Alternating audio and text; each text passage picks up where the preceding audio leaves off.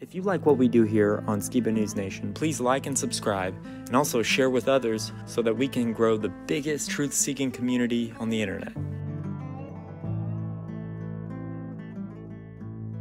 Huge shout out to all of our Patreon supporters. We couldn't do this show without you, so I just wanted to say thank you. And if you want to help support us, go to patreon.com/Skiba News Nation.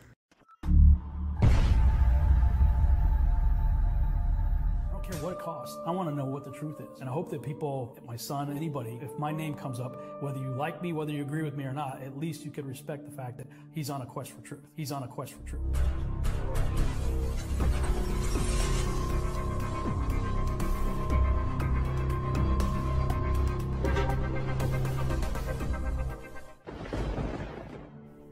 Welcome to Skiba News Nation, bringing you unfiltered views, news, interviews, discussions, and more.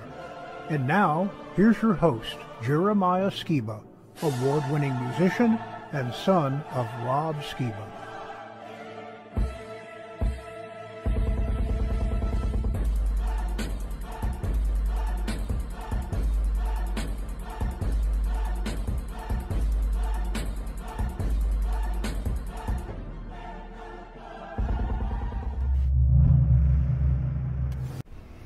'24 Micro Full Cast Roll Call.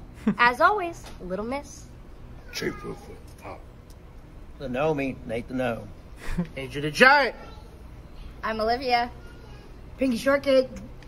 You know, Psycho. Ben Urkel. Micro Suave. Knee-high. Disco Down, baby. Carolina Reaver. It's your boy Hot Rod. Jamaican Joe. Hot Lana. I've on the micro. Jay Amazing. Little Ozzy. Baby Jesus. Little X. Little Show, the GOAT. Zach Presley. KOE, Michael Jackson. La más hermosa, la little chola. Micro Target, meow. That one's my favorite. Surprise! Micro Rocker's back, baby! So, who wants to go with me to see some micro wrestling? You know, I just thought that was funny and I wanted to share it with you guys. But hey, Skiba News Nation family, welcome to episode 90 of Skiba News Nation, your weekly source of the latest news, controversial topics, conspiracies, forgotten history, and so much more. I'm your host, Jeremiah Skiba, and today we're going to be talking about Biden wants a treaty with Saudi Arabia, IRS using AI to spy on our bank accounts, why California looks like a war zone, Ukraine has a dark secret. Is the military using alien technology? Hunter Biden found guilty and is now a convicted felon. Tsunami coming to the US. Owen Benjamin explains the left versus the right. An all-new OPA'S Corner for history, we'll be talking about why they want the border open and how they started the border crisis. Also, we have some funny Stephen Wright jokes, memes, and much more, so subscribe and stay tuned.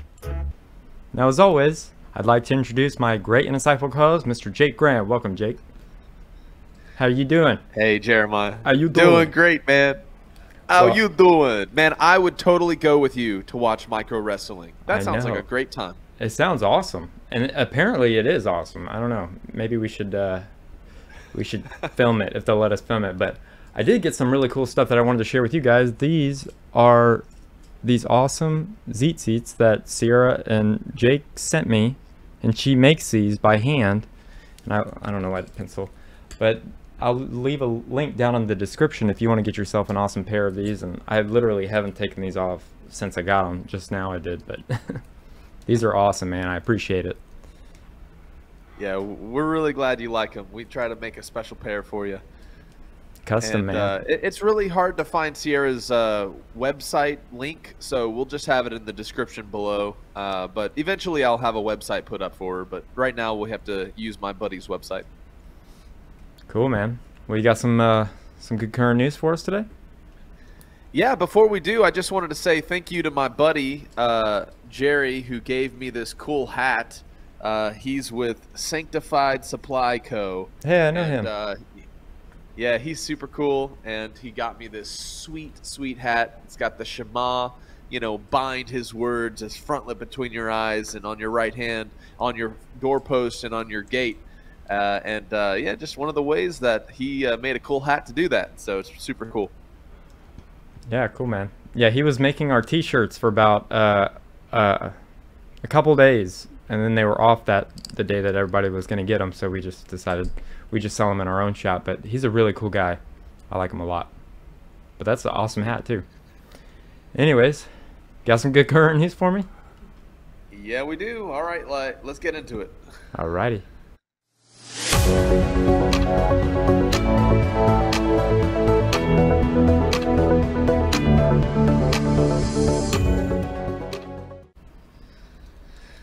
All right, guys. So this week, just a quick reminder announcement. You know, Hebrew Fest 2024 is coming up in just about a week's time. So we will see you all there.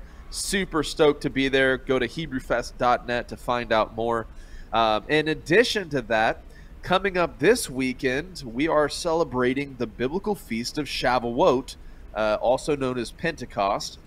And I wanted to share just briefly a really cool theory I had about the counting between Passover season and Shavuot. So here's the significance in just like a 2-minute breakdown, right? You have Passover, which represents coming out of Egypt. You know, the freed by the blood of the Lamb. They go through the Red Sea, which is all about the waters of baptism. They pass through it, and then he leads them up to Mount Sinai to where he gives them his Torah, his commandments. And that's all about the marriage covenant. And so Shavuot is that day that, you know, he came down on the mountain and gave Moses the commandments. It's all about the ketubah, the relationship that the Most High wants with us after he's delivered us from our past, spiritual Egypt, you know. But there's a long-standing rabbinic tradition that every year leading up to the feast of Shavuot, they would, keep the Omer count, which is counting the 50 days between the Passover season and to the feast of Shavuot. And each day of the Omer count, of the 50 days, the long-standing tradition is that they would study Psalm 119. And Psalm 119 is broken into 22 sections, each section headed by the Hebrew letter, Aleph, Bet, Gimel, Dalet, and so on, all through the 22 letters. Each section has like a letter that it starts, every verse starts with the letter that, in the Hebrew, of course, that section is titled after. And so it's very interesting. But the concept is, in the Bible, in the New Testament, we have the apostles are gathered in the upper room where they're singing and praising, and then, you know, the tongues of fire and all the men from the different areas are like, whoa, are these guys drunk?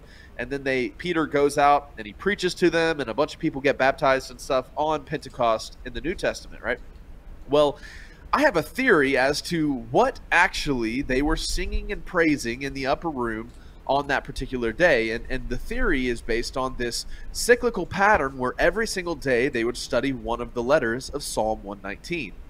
And I believe the reason they would do that is because David, you know, the psalmist, wrote Psalm 119.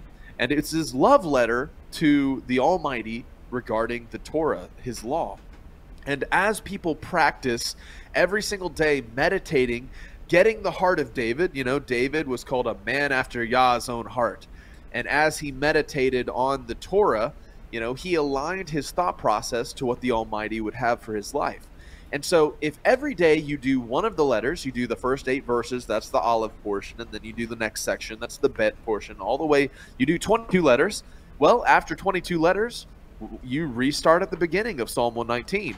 That's 22 more letters, right? That brings us to 44. You've done the whole portion twice. And then you have 6 more letters, and then that lands on the Vav portion on the day of Shavuot. And the reason I find that very interesting is because the Vav letter, the 6th letter of the Hebrew alphabet, is the piercing nail. And it represents, you know, the tent stake. It represents the, you know, being pierced in your heart, convicted. It represents several other marital associations. And especially when you think about the day of Pentecost being associated with the consummation of the promise, right?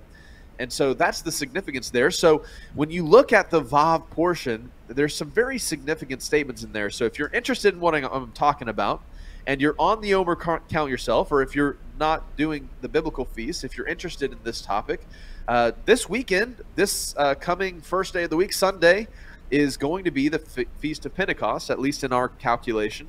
And it's a little interesting study. I hope you guys enjoy. And if you look at this Vav portion of Psalm 119, the 6th letter, and you look at what Peter spoke in his sermon, he references David. And what did the men that he was preaching to say? They go, it says that they were pierced in their hearts. So there's some really interesting lingual association that I'm drawing out of this. And not to mention, I believe, the whole process of doing the Omer count and studying Psalm 119 is a empirical way of tilling up the soil in your life to prepare yourself to live and walk out the Almighty's ways, and what the Spirit, or the Ruach HaKodesh, right, the breath of the Almighty, empowers us to do, the thing that was given to the apostles at Shavuot on the Feast of Pentecost, right? It empowers people to be bold as lions and to walk out the things that they know as truth. And what is true? His Torah is truth. And so anyways, I'm excited about that because Pentecost is coming up. And on this same topic of truth, as we get into the news, he who does not offend cannot be honest. Thomas Paine quote. And how poignant, right? I thought that was very significant because sometimes it's better to be blunt. It's better to be rude. So-and-so might have an issue. They have some kind of, gook on their face. It might be, embarrassing for them, for you to point it out. But isn't that a loving thing to be like, hey, by the way, you got a big boogie on your nose sticking out for everybody to see. I know it's embarrassing you right now for me to call it out, but I'm trying to save you some embarrassment going forward, and it's that same concept. And so, that's why I wanted to bring up just the importance of why speaking truth in the day and age we live in can be offensive to some people. And we're going to cover some of these topics this week, starting off with an interesting news story regarding Biden wanting U.S. troops to fight for Saudi Arabia in exchange for the Israel normalization deal that he's trying to push through. So check out this video. The Biden administration is proposing a defense pact agreement with Saudi Arabia, where we will send our men and women to die to defend the monarchy if they're ever attacked, in exchange for, guess, in exchange for them normalizing relations with somebody else, another foreign Middle Eastern country, with Israel. So we're going to exchange the lives of our men and women, telling Saudi Arabia, we will send our troops to defend you and to die. We will die for you in exchange for you normalizing the relationship with Israel. What benefit does the United States even get from this? Well, here's the exclusive from the Wall Street Journal. Let's go ahead and read from this. The Wall Street Journal, exclusive, U.S. to offer landmark defense treaty to Saudi Arabia in effort to spur Israel normalization deal. They go on to say in here, it's called, what is being proposed by the Biden administration is called the Strategic Alliance Agreement. In exchange for the U.S. commitment to help defend Saudi Arabia if it were attacked, it would grant Washington access to Saudi territory and airspace to protect U.S. interests and regional partners, they're calling it. But so that's just fancy words for we will be able to come to your territory and go into your airspace in order to protect you. Because it's if you are attacked, then we're going to show up on your soil. We're going to use your airspace and we're going to defend you. But they're calling it, well, they're U.S. interests and regional partners, right? Okay. They say it's also intended to bind Riyadh closer to Washington by prohibiting China from building bases in the kingdom or pursuing security cooperation with Riyadh. Well, China's not even proposing putting bases, from my knowledge. I mean, I suppose I could be wrong on that, but I don't believe China's looking to expand their military bases around the world. The diplomatic push, so it's just oh yeah, and by the way, don't allow China in here.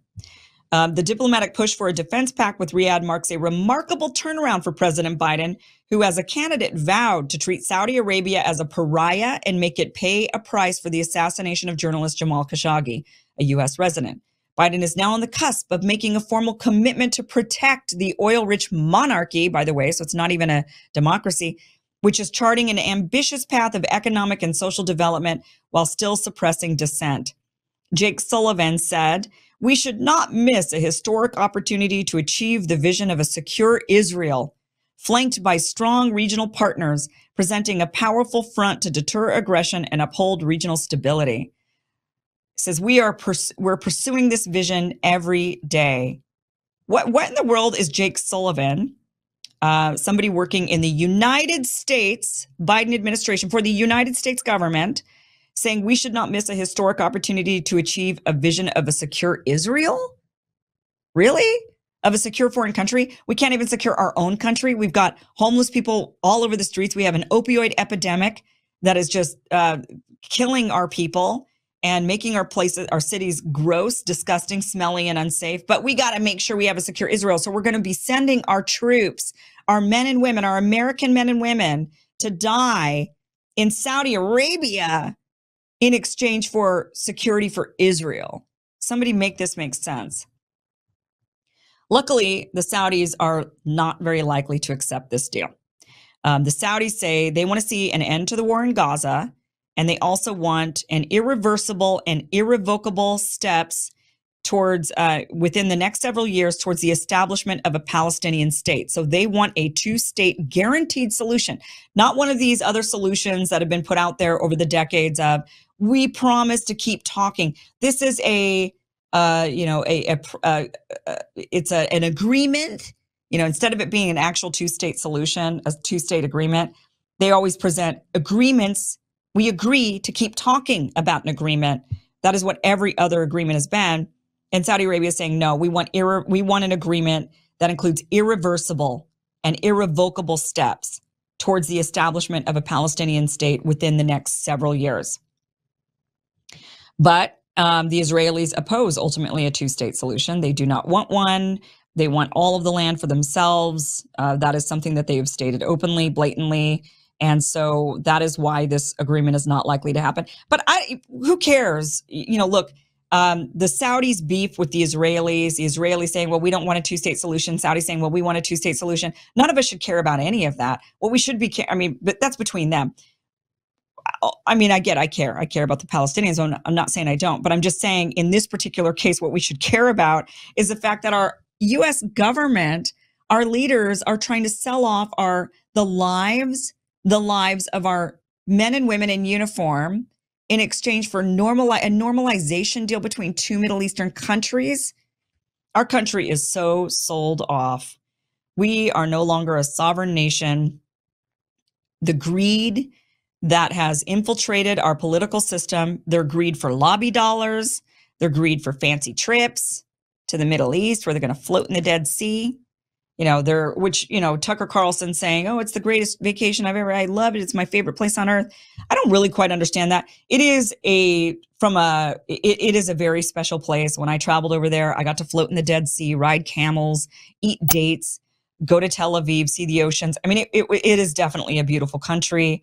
And it's a very special place when you grow up with religion and you read about these religious places. It's really fascinating to see these places. But I don't know if I'd call it my favorite place on earth.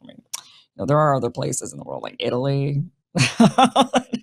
Really nice. I don't know. But anyway, that's just me. I guess to each their own. But this is just outrageous for our government to be selling off our men and women, the lives of our men and women to protect the Saudis. It's just another one of our stupid defense pacts. That's the only export we have. We're just paid mercenaries. And so we just keep trading lives of our men and women in uniform. And then they wonder why they can't recruit. They wonder why recruitment's down in the military. Yeah, because when people sign up for the U.S. military, they think they're signing up to defend the country. They think they're doing something patriotic and good for us. And instead, what they end up signing up for is to become paid mercenaries to go and protect Saudi Arabia and North Macedonia. And people just don't sign up for that. All right. Very interesting. This is pretty recent. And here is the Wall Street Journal article that talks about the U.S. offering the supposed landmark defense treaty. And it says this: the U.S. is to offer a landmark defense treaty to Saudi Arabia in efforts to spur Israel's normalization deal Now, this is the call for a ceasefire between Israel and Hamas. And as you can see in this video, it kind of breaks down some of the situations and the alliances here in the Middle East. So check this out. Iran-backed groups form a land bridge across the Middle East and connect in an alliance that Tehran calls the Axis of Resistance. Its focus? To oppose the West. They can both transport equipment and personnel, but it can also use these positions to attack US interests or threaten Israel closer to its borders. The alliance has been brought into focus amid the Hamas-Israel war, as the groups are mobilising on multiple fronts at the same time. So here's how Iran built out the network across the Middle East, and what it means for the US and Israel. So to show you where Iran's so-called axis of resistance works in the Middle East, we have Iran over here, and then, of course, Hamas in Gaza over here on the Mediterranean. There's another group that Iran supports in Gaza called the Palestinian Islamic Jihad, which is actually a closer ally of Iran ideologically, but also working out of Gaza here and also in the West Bank. Iran's most important militia ally is Hezbollah here in Lebanon. Aside from that, they also have Syria's President Bashar al-Assad here and various militant groups in Iraq. And then finally, they also have an alliance with the Houthis in Yemen down here south.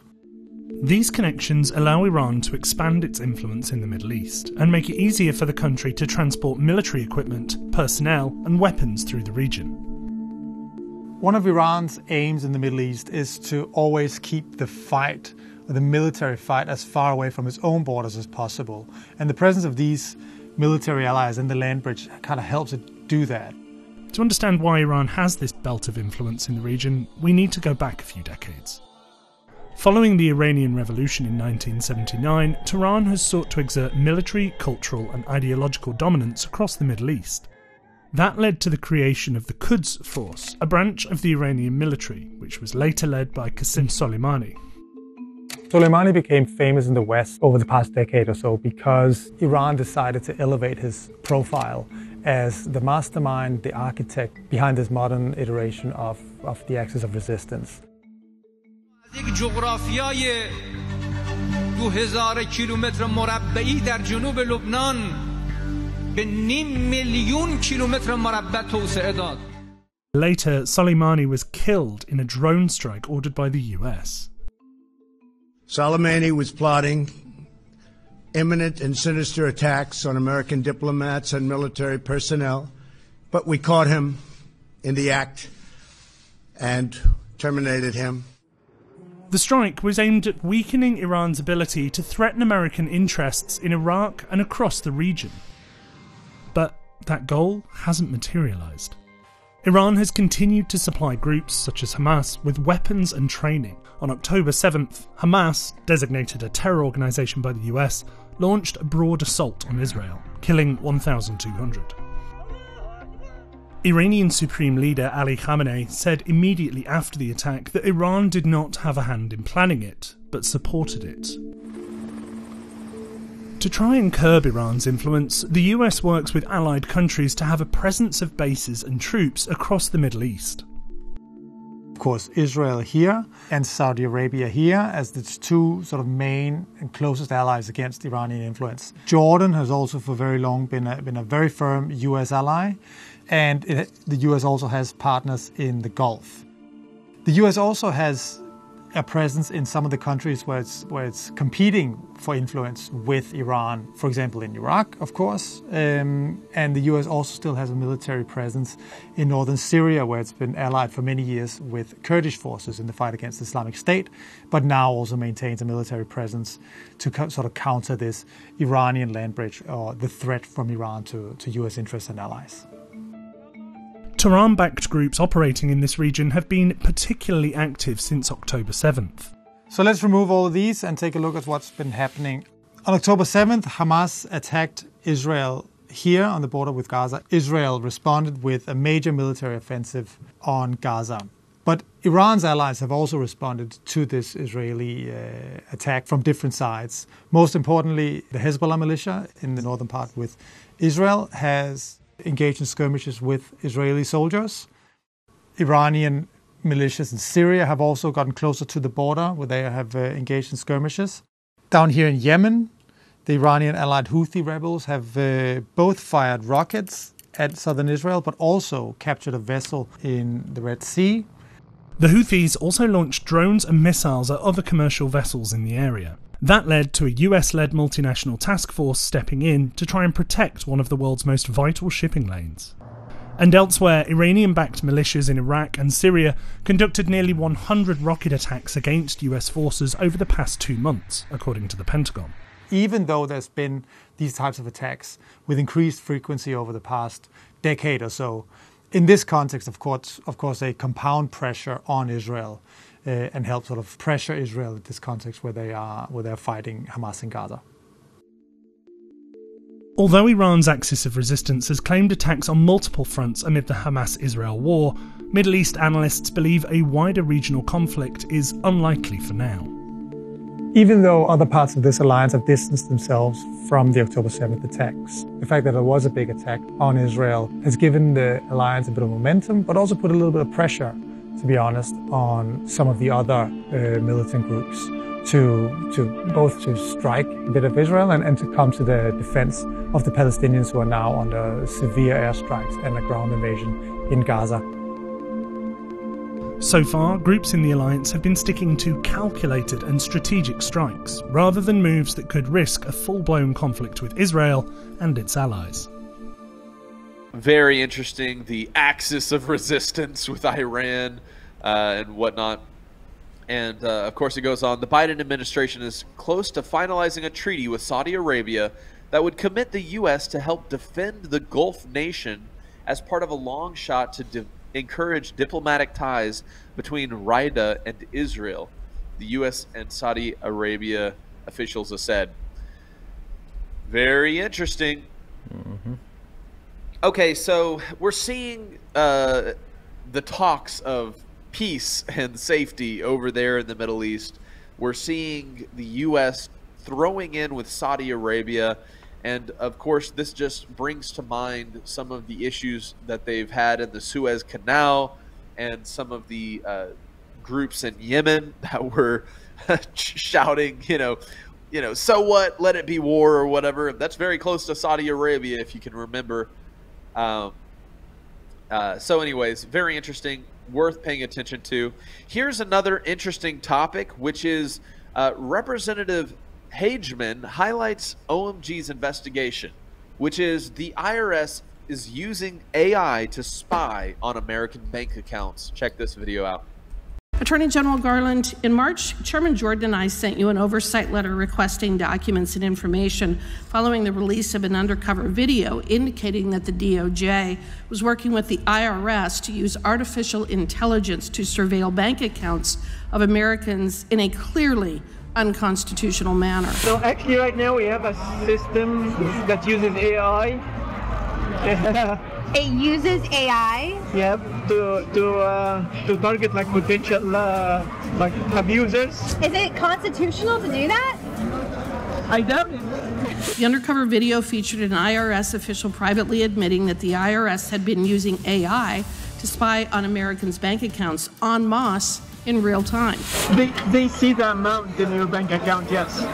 Oh my God. The IRS official further stated that the Department of Justice and Inspector General controlled this AI-powered warrantless surveillance system, not the IRS. The Department of Justice and Inspector General, all those people are like controlling it, not the IRS. You said the IRS doesn't control the AI? Who does? The Department of Justice and the Inspector General. Attorney General, would you agree with me that if the federal government were operating this form of financial surveillance program, there would be serious Fourth Amendment as well as other statutory and civil rights implications, considering that there is no individual probable cause and no search warrants are being obtained? I would be stunned if the Justice Department has the kind of AI capabilities that you're talking about. Would you agree with me that? Would you agree with me? Learn about this. Would you agree with me that if they were engaging in that kind of surveillance, it would have serious Fourth Amendment implications? I can't understand the kind of surveillance that you're talking about. Fourth Amendment prevents unreasonable searches and seizures without a warrant. If that's what we're doing, then of course that would violate the Fourth Amendment. Okay, so I would request that you go back and read the letter that Jim Jordan and I sent to you. That might clear up your confusion just a bit. Can it be?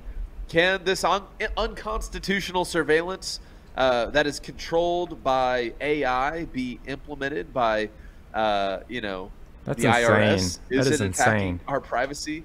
Man. And we've talked about this in our show, which is what's so interesting, Jeremiah, is we've pointed out, look, with the power and advent of AI, they're going to be able to crunch numbers. Previously, they needed personnel to, you know, sort through all these things. But now, with the AI technology that we have and that they're quickly advancing towards, they're going to be really able to implement this surveillance state that it's been the wet dream of the NWO guys for a long time. Yep, that's freaky, man. That's really scary. We need a AI to like an AI bot or something, or our own AI that can combat this other AI, you know, kind of mess it up, like a virus AI. Yeah, man. I wonder if there are people working on AIs that are like counter AI. Yeah. Counter AIs. It would be very interesting. Yeah, man. All right, so here on... Oh, go ahead, Opa. By the way, I've been reading some news articles, and at the bottom of them, it says this article had used AI in part of the article to, I don't know, clean it up or whatever. Well, this is the same thing before we post any video on YouTube and on TikTok now. They say, was AI used? Like, you have to check a box for whatever reason. It's interesting. Wow. Yeah, you know, there's some interesting implications. We shared in a news segment several episodes ago how current media companies are encouraging their workers to use AI to be more productive. So it makes sense that they have to put those little disclaimers on there now. Yep. Here's one close to home, guys. In Texas, there was a scene that you would expect to see in Australia, not in Amarillo. Check this out. It's a video of a kangaroo hopping across the street in Texas. That's crazy. Look at that. Oh, man. Kangaroo bouncing around Texas. Man, is he on the highway? Yeah, it was on the highway, just hopping around. Those things are I've heard, are mean and very fast. My favorite video of a kangaroo is there was this kangaroo that had grabbed a guy's dog by the neck and was just holding him. And the dude, he's an Australian bloke, walks out there and squares up with the kangaroo, punches it in the nose. The kangaroo lets the dog go, and then he like slowly steps back and like walks off with his dog. Like, he just like boxed the kangaroo in the face, and the kangaroo was like, oh. Yeah, they make them look so nice in like children's books, but oh my gosh, they're vicious. Yeah, we used to see them in the Fort Worth Zoo. There's an indigenous kangaroo population breeding in Texas. That would be super cool. Yeah. Alrighty, here is another video, and it's why California looks like a war zone. Check this out. In San Francisco, California, unemployed behavior takes over yet another street. But unfortunately, a car broke down, so for some reason, the EBT tribes decided to torch it. As just because they can't afford shoes, they think they were you from Street Fighter 2. Which made the city look like a literal war zone, as traffic was backed up for blocks. It made it impossible for emergency services to respond on time.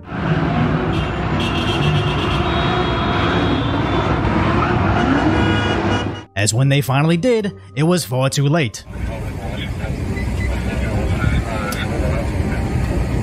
So San Francisco is in trouble, and somehow they think if your city looks like a war zone, maybe Biden will send them billions of taxpayer dollars for relief. But unfortunately, that's not how it works, at least for Americans. Because all these scenes do is make our society look like Elysium levels of dystopia, as the few wealthy elites get to look down from their towers at the peasant class that lives on the surface in their lawless squalor. Sadly, San Francisco isn't the only city in California that's subjected to this unemployed nonsense, as all over Los Angeles they see similar street takeovers that also have begun to take over random residents' homes. I'd be hella mad if I was in. Oh, I swear to God, if that was my house, I'd be tripping. That always seem to end up in mass looting scenes, as this time they took over an auto zone. What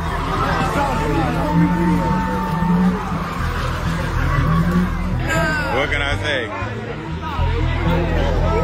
But if they thought it was gonna be hot,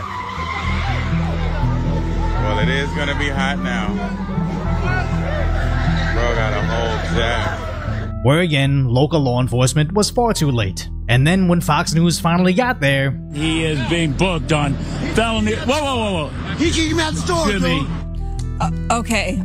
So they can't keep the streets, the stores, the news, or even your home safe from these hordes of lawless nonsense, and you'd hope they'd see this and think, okay, maybe we've made a mistake in our decisions to be so soft on crime. Maybe we don't want California to turn into the culture of third world living at first world prices. Nah, as Democrat Governor Gavin Newsom can't stop spending on nonsense that nobody even knows where our billions of dollars go. So he's decided to exacerbate our issues by further defunding the police, public safety programs, and clearing out the prisons to fix the deficit that he caused. As places like UCLA spent $500,000 worth of police resources fighting off 4 days of college protests, only to release the protesters without charges so they can immediately retake the campus.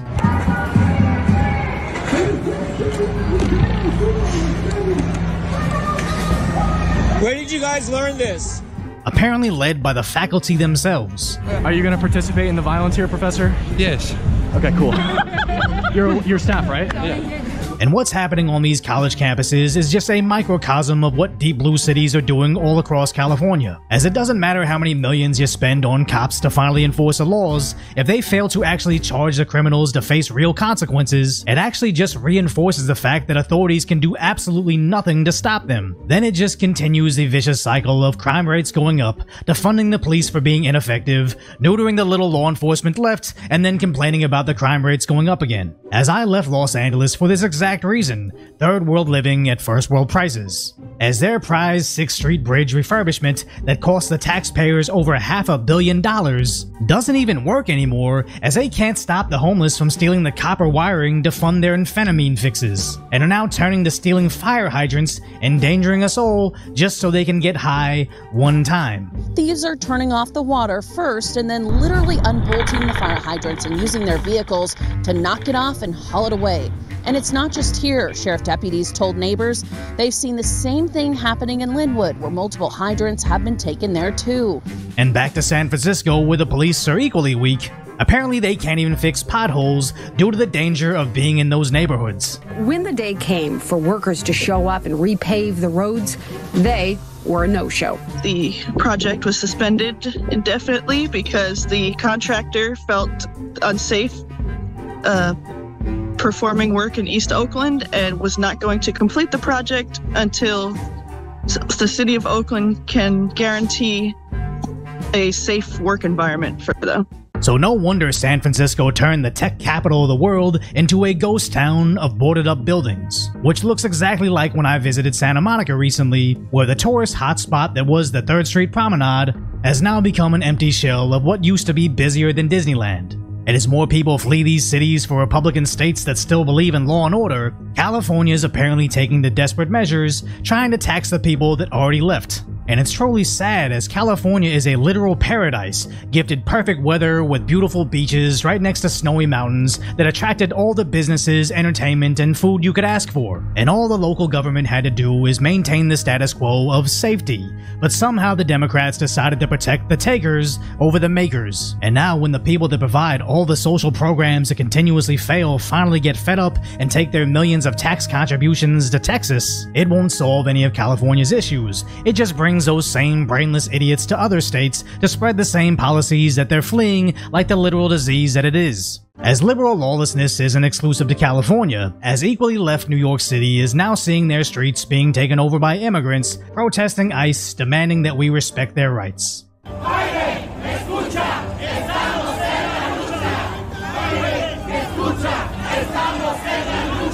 To which New Yorkers are obviously angry. Yo, I can have a big protest out here too, B. I'm not alone, man. Just move it, yo. Straight up, move it. Nah, don't tell me what to do. I ain't here by myself. Yo, we deep over there. Don't do that. As apparently 135 of the 680 hotels in the city have now been turned into shelters for their, quote, newcomers, and combine them with the Palestine protesters also taking over the streets, and now even their subway systems, the only people actually getting arrested in their streets are Trump supporters.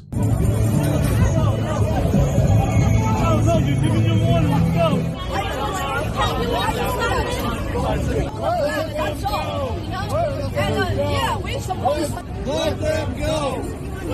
This is a travesty. They're going to persecute every one of us. Trump said that it can happen to each and every one of us. And look. And that's the biggest yikes of it all, as they still know how to enforce the law, but only when it hurts them politically. Newcomers illegally blocking the streets to demand something that's currently illegal, but also happens to be what the Democrats have been recently demanding, by all means allow them to stop commerce all throughout the city. As we learned during the BLM Summer of Love, doing the Democrats' dirty work is now a protected class. So it's no surprise that as California continues to lose residents, San Francisco and Los Angeles are showing us why their streets are being taken over and little is being done about it. Man, what a place to go for the American dream now, right? I mean, that used to be the land of promises and opportunities for people who wanted to get into media and Hollywood and music. Now it's just a slum, bro. Yeah, it's disgusting.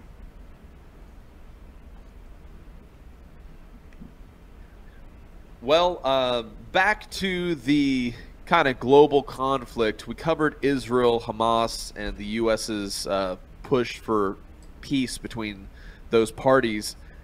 Let's now look at a area a little bit north, Ukraine, and a dark secret that Ukrainian families are demanding answers for. Check this video out.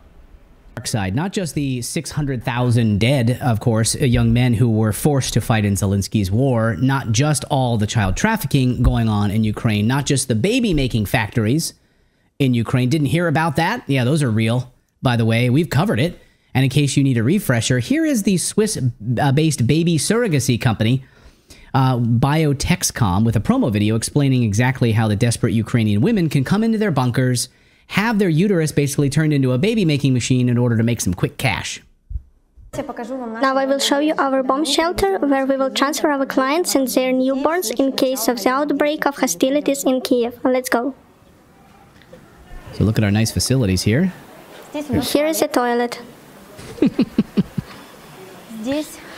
Here we have a first aid kit. There are all the medications needed to administer first aid. Here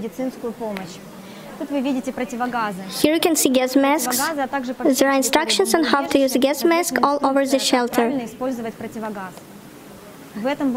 This bomb shelter can hold up to 200 people who will feel comfortable here. Here is our sitting and bedding zone. There are sleeping bags and beds. It's possible to sit or lie here. We have enough sleeping bags and gas masks for everyone who will stay here. There are shelvings with food, as well as tableware, napkins, diapers, and all the stuff needed for babies. Newborns will feel comfortable here. Everything needed can be done here. Here is our children's area. Here we can place newborn babies. There are special cots prepared for them. There are also cribs for a bit older babies. You can see that babies feel absolutely comfortable here. Yeah. It's like staying at the Four Seasons. Yes, using them as baby-making factories, surrogates. Need a womb? We've got you covered. And the rent-a-womb business is booming in Ukraine right now and expected to double over the next few years. And the best place to do it, of course, is in Ukraine, where desperate women are being exploited, of course. It's even worse than the baby bunkers, we should point out, if you can believe that. No, Ukrainian moms are mad as hell.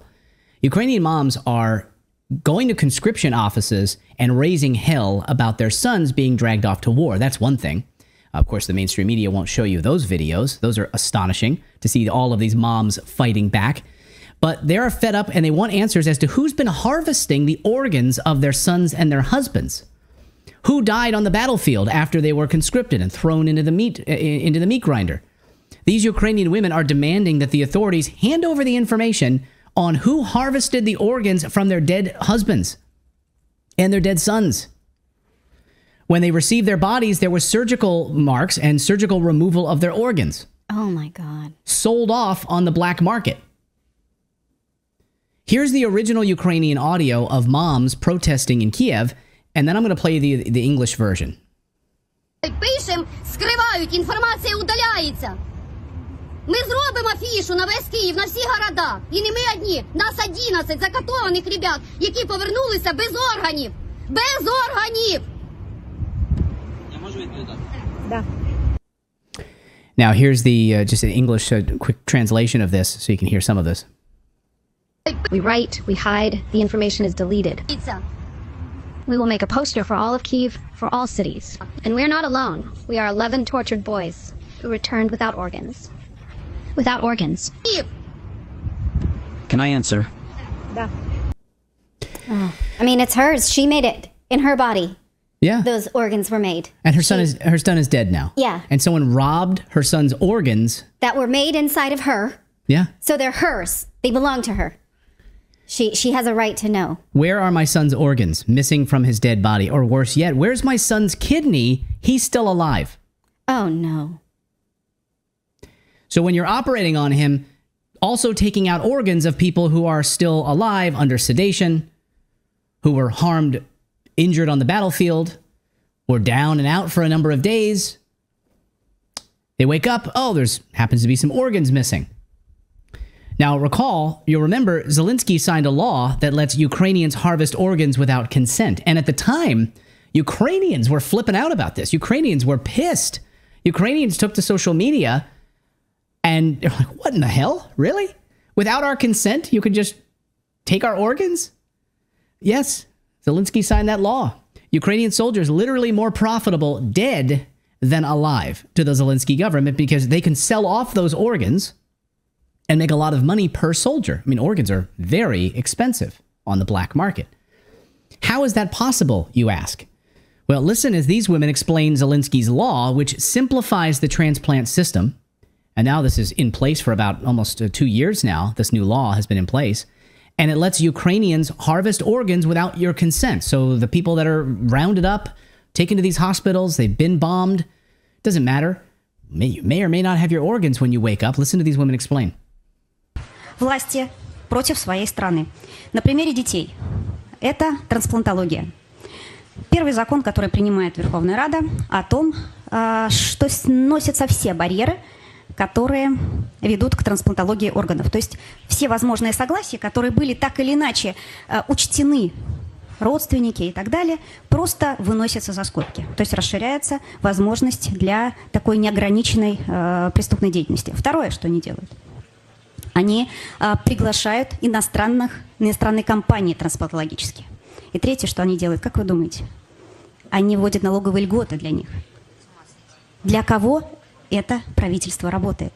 Уважаемые коллеги, вот то, что мы видим и говорим сегодня о ценностях, это не просто красивые картинки. Now you may be asking yourself, as many of you are asking in the chat, well, who's buying them? Well, a lot of rich people are. And, we don't have the exact numbers, okay? We don't have the exact numbers, and it's hard to really track it. But you can start to put pieces together, as I've been doing over the past number of days. And there are certain countries, let's just say in the Middle East, that do not believe in being organ donors, okay? Only 14% of the population in certain countries believe in organ donation, okay?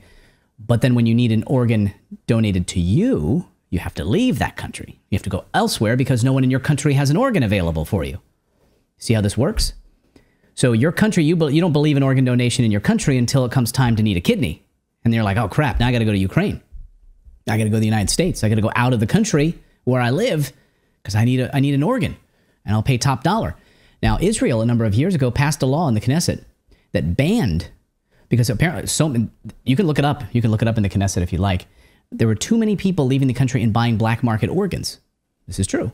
And the Knesset actually passed a law that stopped that. Said, no, we're not going to subsidize. We're not going to provide health care if you're basically going off the books in order to get organs. And it's not just Israel. It happens all over the world.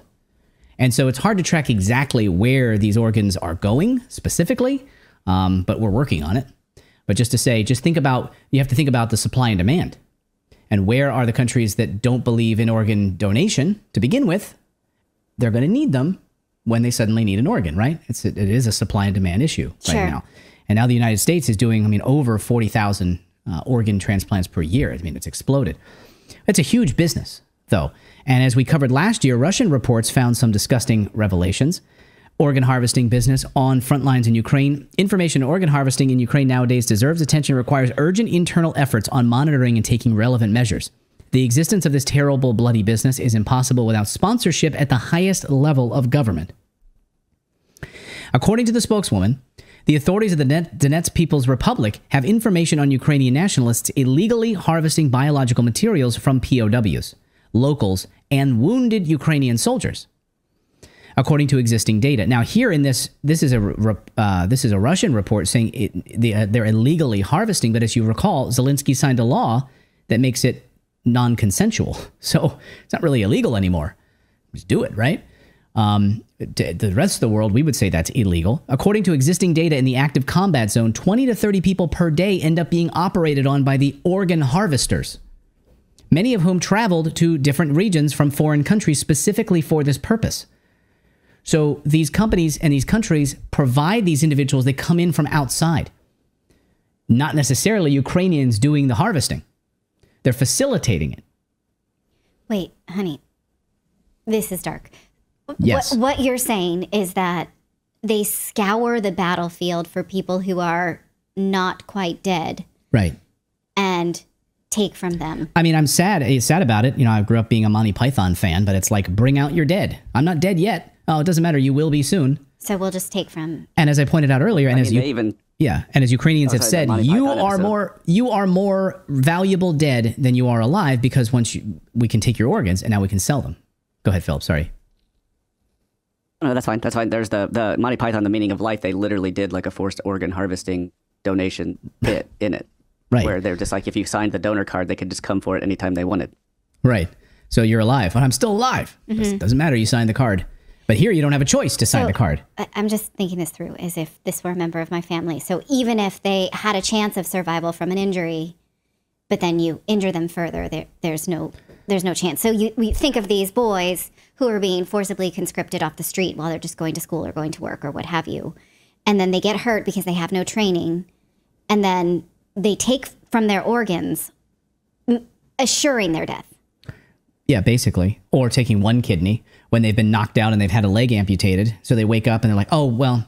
Also, you have just one kidney. Also, you just have one kidney, and you might have taken some shrapnel to that area, so that's why we had to remove it. We took a piece of your liver, what have you. Do you guys really believe that these guys are on the up and up, telling these individuals the truth about what's happened to their bodies? Like, they have the moral high ground here? That these individuals are waking up without an arm and a leg, and they've got stitch marks on their back where their kidneys have been removed. This is beyond the pale. This is almost too much. Yeah, but these are the things we need to cover, right? It's like why we cover child trafficking in the United States here on this show. Because we need to shine a light on these stories. The frickin' mainstream media is not covering it. Fox News isn't covering it. Are you kidding me? CNN's not going to cover this. We need to cover this stuff. Of course, Ukraine has been trying to downplay the child trafficking and organ harvesting, saying this is just Russian propaganda. So here's the Kiev Post. Russia's fake factory, organ harvesting from dead soldiers and Ukraine's heirs of Hitler.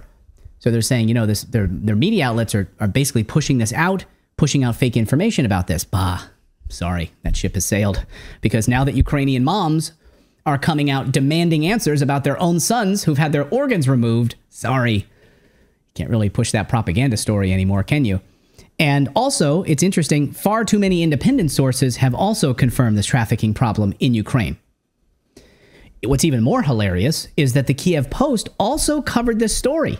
So here they're out with us like this is propaganda about child trafficking and organ harvesting and all of that.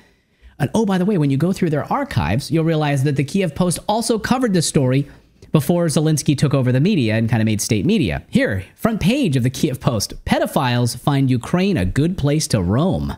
That has to be lost in translation. I don't think they must have meant that. This is like a pedophile stream. Oh, it is. Not. Nobody knows the depths of the problem, okay. Reads the subheadline here. Nobody knows the depths of the problem. But the nation is seen as a hotbed of child pornography and sexual abuse. And of course, if you cross-reference this with the United States government and the intelligence community, the United States government broke down and stopped a massive child pornography ring that was settled right in the heart of Ukraine. That's easy to find. Simple Google search will turn that up for you. You don't need me to do that, and I'm not going to because it's disgusting to read. Here they are reporting on how Ukraine is a top destination, though, for pedophiles. So we've known about the problem in Ukraine since at least 2014. In fact, the U.S.-owned State Department website reported on this back in 2014 right on their frickin' website. You can go there right now. You can go to the U.S. Department of State's website and read this for yourself, okay? This is their own human trafficking report from 2014, and it stated clearly, quote, children in orphanages in Ukraine and crisis centers continue to be particularly vulnerable to trafficking within Ukraine. And then take a look at your screen. Oh, go back to that. This is the Huffington Post. Not exactly a right-wing publication. Dropped this bombshell report in 2015. Ukraine's orphanages are a feeder for child trafficking. The report highlights the findings of a 3-year-long investigation into Ukraine's orphanages and found that children are at risk of being trafficked for sex, labor, and the selling of their organs. Yes, organ harvesting. You see a pattern here? That's the Huffington Post. I have a friend who was telling me recently about her struggles with infertility. She looked into an agency in Ireland, and they connected her with a baby service in Ukraine. And she said, yes, you can get on the list to sign up. We can't tell you anything about where that baby will come from, and we can't guarantee you a healthy baby. So you just get on this list, and then you get what you get, and you don't get upset. It's like a popsicle flavor. And you may get one that has cleft palate or some kind of congenital disease or something like that, and it's just, you just get it. And so she's like, you can't tell me where it comes from. You can't tell me the origins, like nothing. And you're not even guaranteed a healthy one. And she's like, I just didn't feel right about this. Yeah. Not knowing the origin of this baby. And yes. Yeah. And so she just decided not to. And I'd love to know the price tag on that, because this is a massive multi-million-dollar a year business, right? This is I'm talking hundreds of billions of dollars. This is why when people are like, this can't be happening. This is why people shut down and they compartmentalize this stuff and they don't want to talk about it. And they just want to talk about Trump and they just want to, but this is a multi-billion-dollar a year industry. This is why they make so much money off of it. These agencies make so much money off of it. So your friend who was consulting someone through Ireland found out, the hotbed of places to get babies is in Ukraine. Some 82,000 children are said to live in these facilities, in these like orphanages that your friend may have gotten a baby from. Although no one seems to know for sure exactly, according to the Huffington Post. According to the Huffington Post, some Ukrainian activists put the number closer to 200,000. Take a look at this. Revealed elite pedophiles paying $150,000 for Ukrainian children at Sweet Shop on the border. So you go to Poland, right on the Ukrainian-Poland border, where elite pedophiles get access to these babies. They're paying up to $150,000 to get these children. That's why these moms want to go to that baby bunker, make some babies, and they'll probably get a few $1,000s, and then the agency who's running the show gets $150,000. That's how it works. So why are we writing a blank check to Ukraine and allowing this to happen? If you, the American taxpayers, are sitting there watching this right now, outraged about it, and Lindsey Graham can go all over the Sunday talk shows and tell you how it's your, American duty to support this, you've got another thing coming. Why are we writing a blank check to these people? As ex-CIA agent Larry Johnson just told the judge, Western Bloc countries will continue to invest in Ukraine because they are interested in the flow of children who are used for child trafficking and organ transplants. Listen. Remember, we've got reports coming out of Ukraine that children are being trafficked by the West that they're being used for both sex, they're being used for harvesting organs. It's not isolated reports. They're very credible reports on this. And you come back and look at, why is the United States so heavily invested in Ukraine? Because it's not because we're there to, quote, uphold democracy. If we're there to uphold democracy, we'd be attacking Ukraine. Let that sink in for a second. If we were there to uphold democracy, this is not the bastion of democracy. It's the exact opposite. It's evil and it's disgusting. And we'd be attacking them. But it's worth pointing out that even before the war, the United Nations, other human rights organizations were sending off alarm bells about Ukraine's child trafficking and organ harvesting problem. I mean, and we've known about this for many, many years, and we were reporting on it. The United States State Department. So if you're sitting back there with your arms folded because you love Ukraine, or you're part of like the propaganda machine, or you're a bot, and you're saying bots can't sit with their arms folded. Honey. I know, but anyway, but they can fire off these bots like real fast, and then they jump in here. They can actually program through AI, so bots will suddenly come into the chat room, and they'll all say the same thing. You know, yes. they'll just type in simple phrases like Russian propaganda or Putin's, whatever. They'll just and they program these AI bots now to hit social media and hit our shows like ours and things like that. Anyway, my point is, if you're sitting there thinking, oh, this is propaganda, this can't possibly be real, all you need to do is go to the FBI's website. Look at the massive child pornography rings that they've uncovered. Go to the United States State Department website, read their own reports on it, okay? Listen to the firsthand accounts, and more importantly than any of it, seek and go and find the moms in Ukraine who are right now talking about their own sons and husbands who've had their organs removed, and they don't have answers from their government as to where they went and who made the money off of them and who paid for these organs. All right. So, as it said, they're demanding answers regarding their dead families, and a very just confusing, corrupt place. And no wonder you have people like the Bidens wanting to be involved and pushing our government and policies towards continuing the escalation in the proxy war that is Ukraine and Russia. And it's just, whenever you think about just the escalative nature that started back in February of 2022, and how the U.S. has been fighting a proxy war there, and there's just all of this corruption and big questions regarding the way things are being run, and it's really concerning. It really is. Yep. On another note, this is kind of an interesting one. A hijacked bus leads police on a dangerous high-speed chase just recently. Check this out. A breaking news story, a very interesting one, as we're just getting this over the feeds, as a potential high-speed bus chase there in Gwinnett County, there just in Atlanta, Georgia. I do want to put up our helicopter shot, and you can see police in pursuit, the bus there just hiding behind some of these trees here, but this is a high-speed chase. We don't know exactly what's going on, but you could have seen some of the bus potentially running people off the road. They're going down this, doesn't look like a highway, but just like a street in a suburb. As the bus comes, looks like it's slowing down. We don't know exactly what's going on, but let's see if you can read what's going on. It potentially says emergency on the front of that bus. You can see that in the very distance, but plenty of police with their lights on for this bus, as it's kind of a commercial bus there, not going necessarily at high rates of speed as of yet. Let's take you out to our Fox 5 team as they're covering this one. They just shifted to the other major breaking story out of that county, so we're not going to go to them just yet, but this bus chase taking place, and you can see the kind of tire strip there trying to blow out some of the tires, not slowing down despite the police's best efforts, authorities there.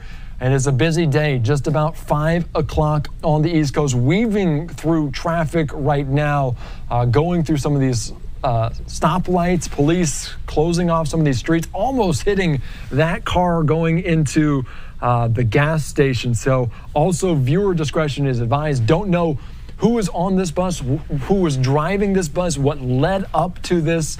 But it's a breaking news story there out of Gwinnett County in Georgia. So we're still trying to get as much information as possible here about this. The road there in Gwinnett County.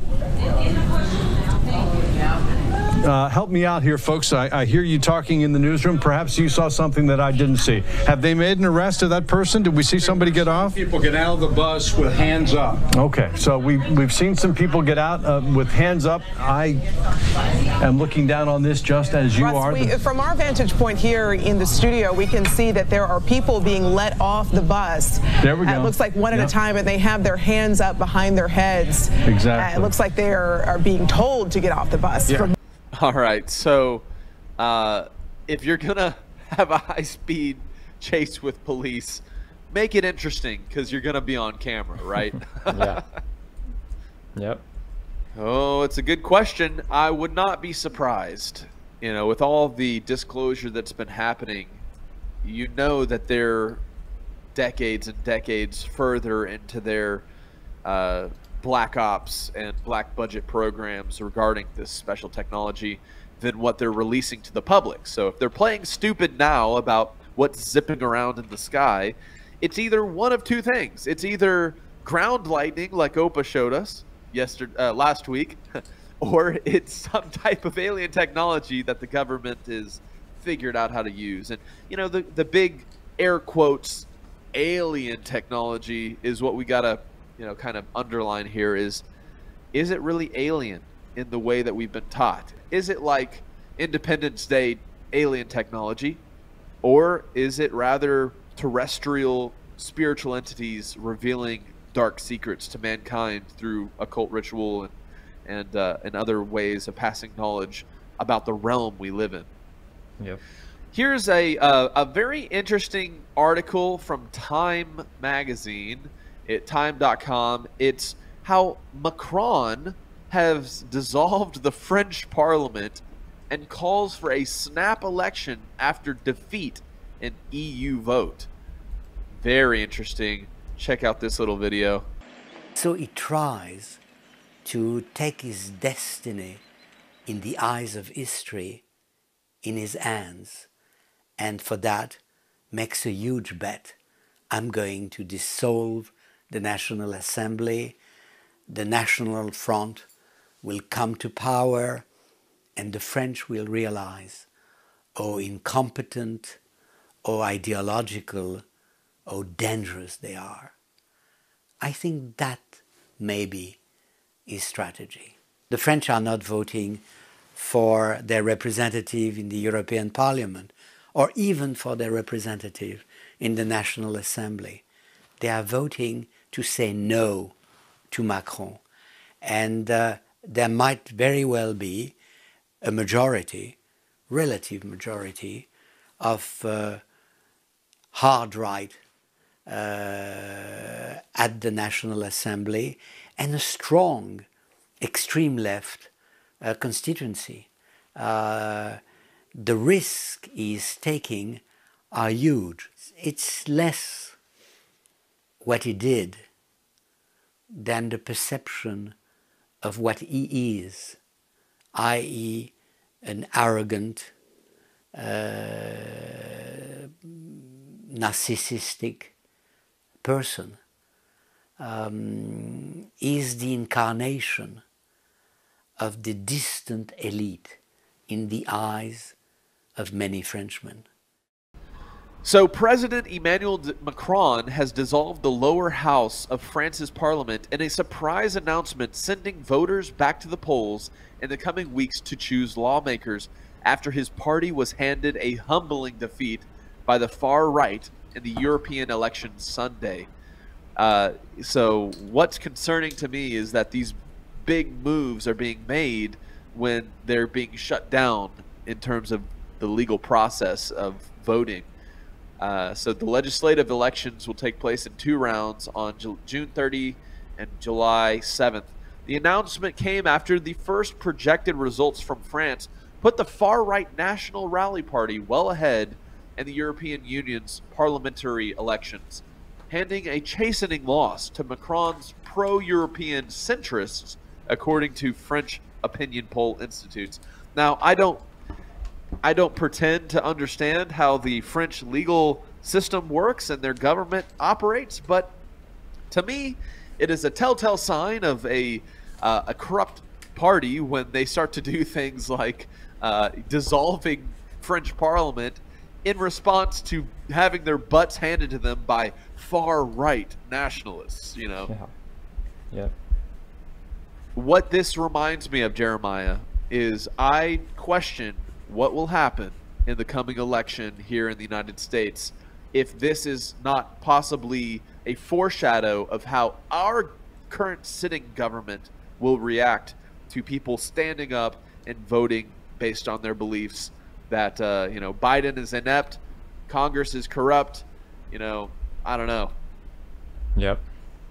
Yeah, we'll see. I mean, I think if, you know, the person who's currently there, you can't really talk about election the interference word, but I think if he remains in power, we know 100% RIGGED, too big to rig. Yeah. Don't forget, he's the most popular president that has ever been in office. The most votes any sitting president has ever received in election time. And he's now the most unpopular president of all time. Of course, our population has grown tremendously too. We'll be talking about that. That is in history. That is a good point, Opa. All right, back to some of the interesting drama happening in the legal system. Of course, last week we covered Trump's guilty verdict. Well, we mentioned briefly Hunter Biden. Well, check this video out regarding his guilty verdict as well. Sorry, you can finish your question. I'm sorry. You want me to just make a public statement? Sure. Your reaction to the Hunter Biden verdict? Hunter Biden? Guilty on all counts. Oh, interesting. Have they gotten a sentencing yet? No. The verdict's just. I'll be very curious to see when they scheduled the actual sentencing. That will be interesting, because then you get to see if they're going to do it before or after it impacts Joe Biden if he gives him a pardon. So I would like to see that, because I think that'll be more telling about the Department of Justice and what we think is going to actually happen. Has Governor Cuomo at all, he spoke to reporters outside, talked about how it wasn't his decision to put the March 25th must-admit order of the CDC guidance, and he followed that. Not every governor did that, as he talked about why he decided to follow that order. So the big questions I'm going to have, and I guess I'm tilting my hand a little bit for the hearings, is why wouldn't you allow testing for anybody who's going to be placed in the most high-risk environment you can have? As an ER doctor, the reason we admit you and put you in isolation in an incredibly contagious and deadly disease in the first generation to the most vulnerable population, which is the elderly, who will die of urinary tract infections, pneumonia, or any other massive infection that they usually have some immunity towards. This one they did not. Why wouldn't we test for COVID when we do every single admission, knowing that these patients will deteriorate if they have COVID, and we have to be aware, and they should be isolated from other people who didn't have COVID, yet they were told, I just read the documents, don't test these people when you bring them back in the highest risk environment you could possibly be in. That's something they're going to have to answer for. And why wouldn't we not only test them, but use a ship that's designed for isolation? A massive ship. By the way, I'm a Navy retiree, a commander in the Navy from ER. That's what that ship was created for. It was sent up there for, and we didn't use it. That's egregious. I know for a fact thousands of people died as a result of that. And whose decision was that? That's what we're getting at right now. To me, it sounds like at least it could be medical professionals weighed in, but the government got way too involved. I don't really care who. I don't care if it's the governor or some other bureaucrat. That's the whole problem with this process with COVID to begin with, is from the very beginning, people like myself, I could have an opinion, I'd be censored. My medical license could be threatened because I disagreed with the government. And I'm a physician who's been practicing for years and years and years, seeing patients on the front line, and the government has that kind of authority? That's not the way this country was established. That's not good for medicine. That's not good for this country. It's not good for the reputation of politicians who are overly ambitious and getting involved in something they have no business being involved in. You guys are going to get through all of this today. Do you think that Governor Cuomo should testify publicly in front of your committee so the American people can... Pretty sure he will. I think that's what this is setting up. You want to hear from him? Absolutely. Just like Fauci, just like Morenz, just like Tabak, just like everybody else. That's what this hearing is all about, is to expose the truth. That's why we get 45,000 pages of emails. That's why we have millions of pages of documents. That's why we dig deep on the origins, which I think are very clear. I think it's ridiculous that there's any sort of conspiracy about where this came from. We know where it came from. Let's be scientific. Let's use a little deductive reasoning and stop trying to spin this. When scientists and doctors are disappearing, when people are covering up at the Wuhan lab, when you have a lab that said, I'm going to do gain of function, can you fund that? And all of a sudden it comes from the Wuhan lab. I'm a little bit confused why there's even debate over this. I mean, it's a significant leap to say that you've never found it in an animal reservoir, ever, which is impossible, by the way. It doesn't just go away. No disease just goes away in an animal reservoir for a virus. It doesn't happen. That's science. That's real science. If we're denying that, then we're denying science. But if you're going to talk about the origins, if you're going to talk about policy, if you're going to talk about government being overly involved, this thing's been politicized since the beginning, and that's why we didn't do well. As we didn't let doctors do their job. For the first time in history, government told you what you could prescribe, if you could test, where you put people. That's insulting to a medical professional who does this for a living. When a bureaucrat gets to say, I don't like what you're saying, so therefore I'm taking you off the internet. I'm going to tell Facebook I'll punish you if you don't take him off the internet. Are you kidding me? That's literally taking away my First Amendment rights as a medical professional that has way more experience and authority, or should have more authority, than any government bureaucrat. And it's un-American, and it's dangerous, and it costs people lives. Do you think that Fauci perjured himself when he said there was no suppression or censorship on his part when you were questioning him during that hearing? Well, my personal opinion is, now I'm not a lawyer, I'm a doctor. And that's not a Star Trek reference there, but I'm just literally saying that it sounds to me like that's not true. One more question about Cuomo. Was there any discussion about his administration's decision to deflate the death counts from nursing homes? They were literally just talking about that when I left. I have to go give a speech, unfortunately, but it's interesting, when it was beneficial to politicians, they would elevate the count, and when it was detrimental, they would depreciate the count. And that's obvious in the way they calculate it. And anybody who's trying to deny that, once again, doesn't understand what the meaning of deductive reasoning is. I mean, if you look at how they're calculating, it's when you see a little kid who falls downstairs and you test him for COVID, you're trying to inflate the numbers.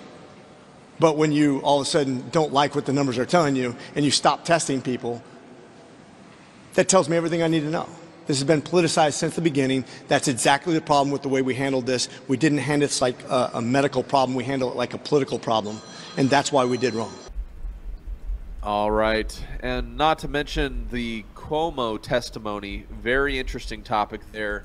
Of course, we know Andrew Cuomo and his association with the death facilities during COVID regarding the elderly, and some of the stuff that's come out exposing him for basically implementing mandates that caused nursing homes to become death camps, pretty much. It's just tragic what happened during the whole medical mandate time frame. But moving on, here is an interesting video from News Nation that is talking about the Russian military to hold drills in Cuba. And this should be reminiscent for those older among us who recall the Cuban Missile Crisis during JFK's term. And I know Opa could probably talk about that a little bit, but check this video out. And several Russian warships, including a nuclear-powered vessel, are expected to arrive in Cuba tomorrow, where they will take part in military exercises for about a week. This comes after Russian President Putin said he could arm allies to take up against Western countries like the U.S., which support Ukraine. News Nation's Tom Dempsey joins us now. And Tom, what exactly do we know about these exercises so far? Hey, good morning, Anna. Well, this morning we know that these military exercises will be taking place off the coast of Cuba starting tomorrow and going through towards next week. And it's going to involve the whole fleet from the Russian Navy, including a nuclear-powered submarine, an oil tanker, and a tugboat, among other military ships a part of all this. This has obviously gotten the attention of the U.S. government, who says they will be closely monitoring all this. But the Cuban government has already come out saying that these military exercises present no threat to the region and that no nuclear weapons will be used at any point during these drills. In a statement, the Cuban government wrote, "This visit corresponds to the historical friendly relations between Cuba and the Russian Federation. We also know that Russia will be holding other similar military drills off the coast of Venezuela coming up soon after these ones in Cuba." But again, this shows just some of the moving pieces happening around the world as we're seeing this tension between between Russia and the United States, Anna. So why do you think Russia might be doing this? Well, look, Vladimir Putin, he is really upset at the recent announcement from the United States government that giving permission to the Ukrainian military to use American-made weapons inside of Russia to help defend Kharkiv, which is the second largest city in Ukraine. Like I said, that really made Vladimir Putin mad, and now he's probably trying to show some of the naval power of Russia. It's important to note that over the weekend, the Ukrainian military reported successfully targeting and hitting one of Russia's best fighter jets. This happened about 400 miles within Russia, 400 miles from the enemy line. So again, that new policy from the United States granting permission to the Ukrainian military to strike within Russia already paying off for the Ukrainian military. But it's also important to note, Anna, that the Ukrainian military reported sinking a third of Russian naval ships so far during this war. So in particular, President Vladimir Putin might be wanting to show the naval power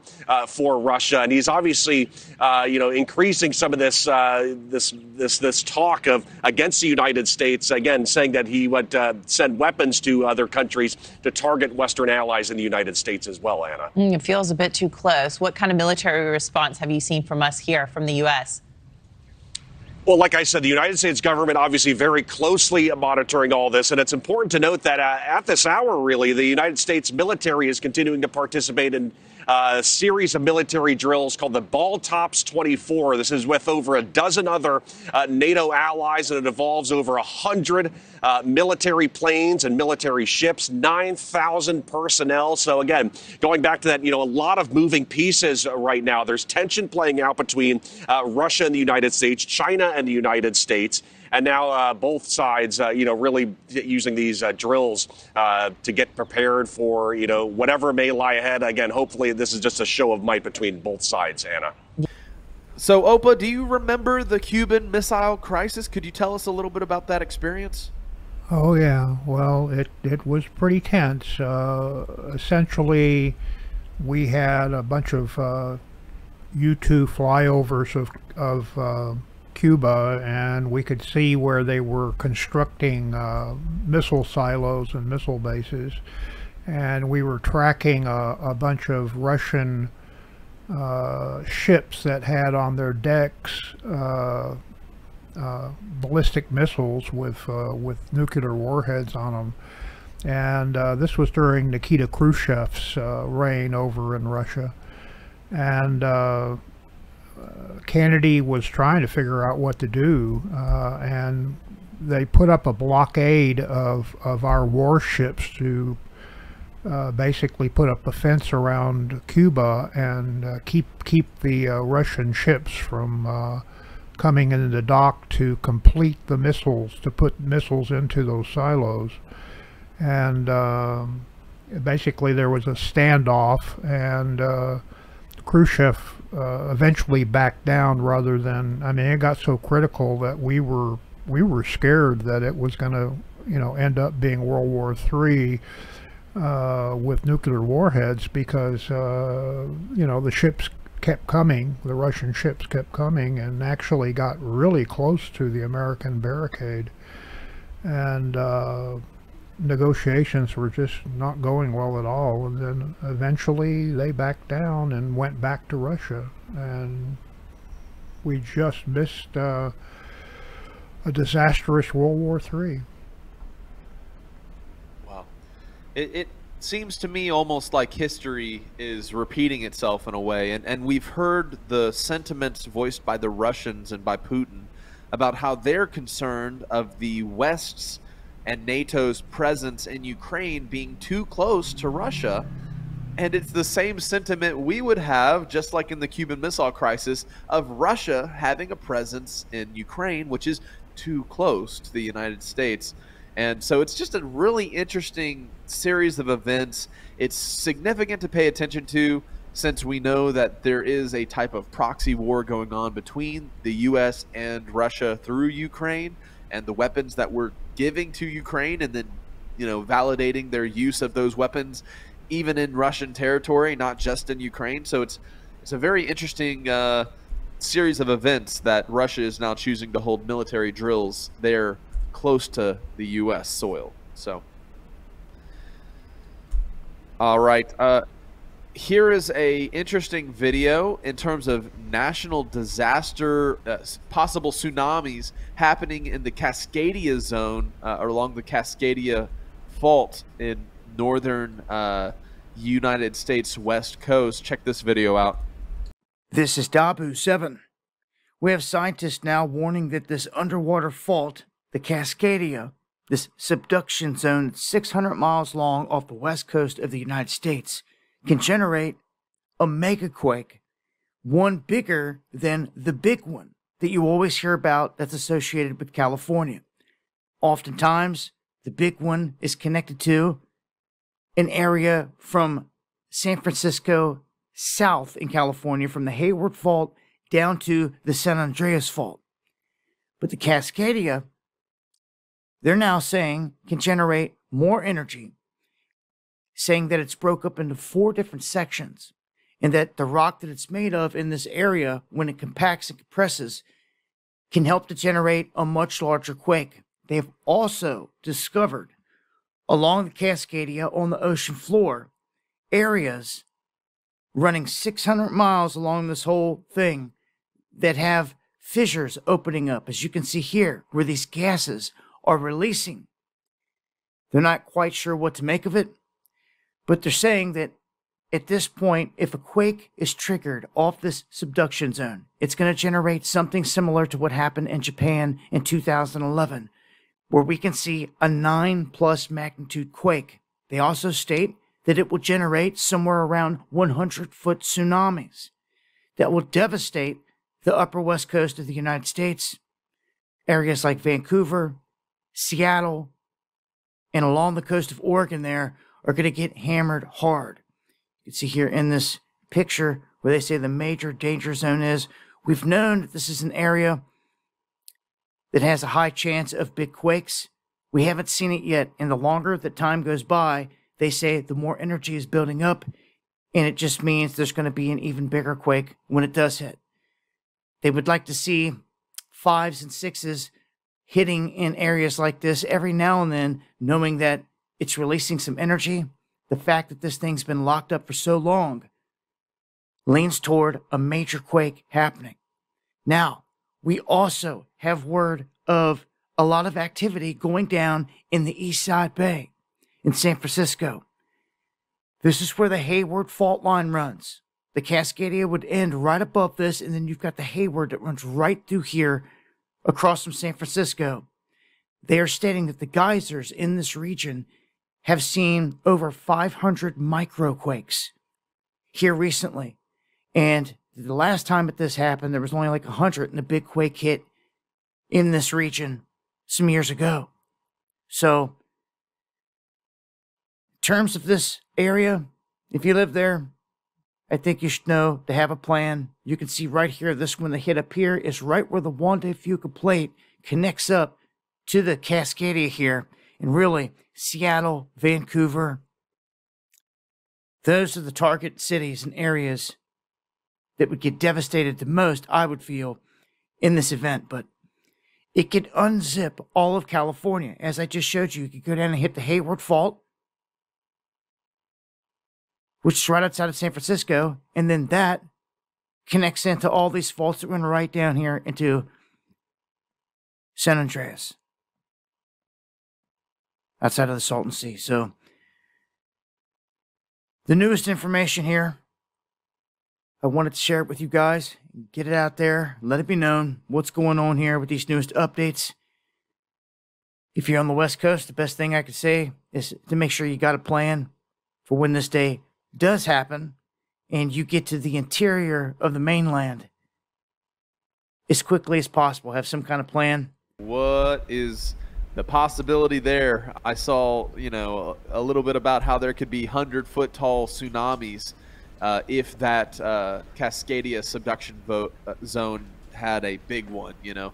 Yeah. So I'm always interested about that.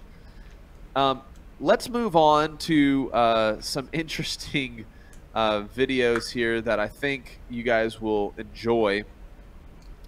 This is Owen Benjamin's breakdown of how the right and left are addicted to different chemical compounds that are released by our bodies. One looking for cortisol and one looking for pleasure hormones or whatever. He does a better job at breaking it down than I do. Check this video out. Yeah, the left wing is addicted to dopamine and the right wing's addicted to cortisol. You know, the left wing's like, whatever feels good, man. You know, MDMA and chopping our dicks off and never being offended. And that's like a certain brain addiction, right? And anything that stops the dopamine drip is like hate. Like if they feel bad about anything at any time and everything isn't just, you know, rainbows and sodomy, they're like, and free money and, you know, they're like, but the right wing is like, it's ending, civil war, Tim Pool, bombs are launched. And it's like that stress hormone, that cortisol hormone. And, you know, it's good to let that go too, because look outside, it's a beautiful day.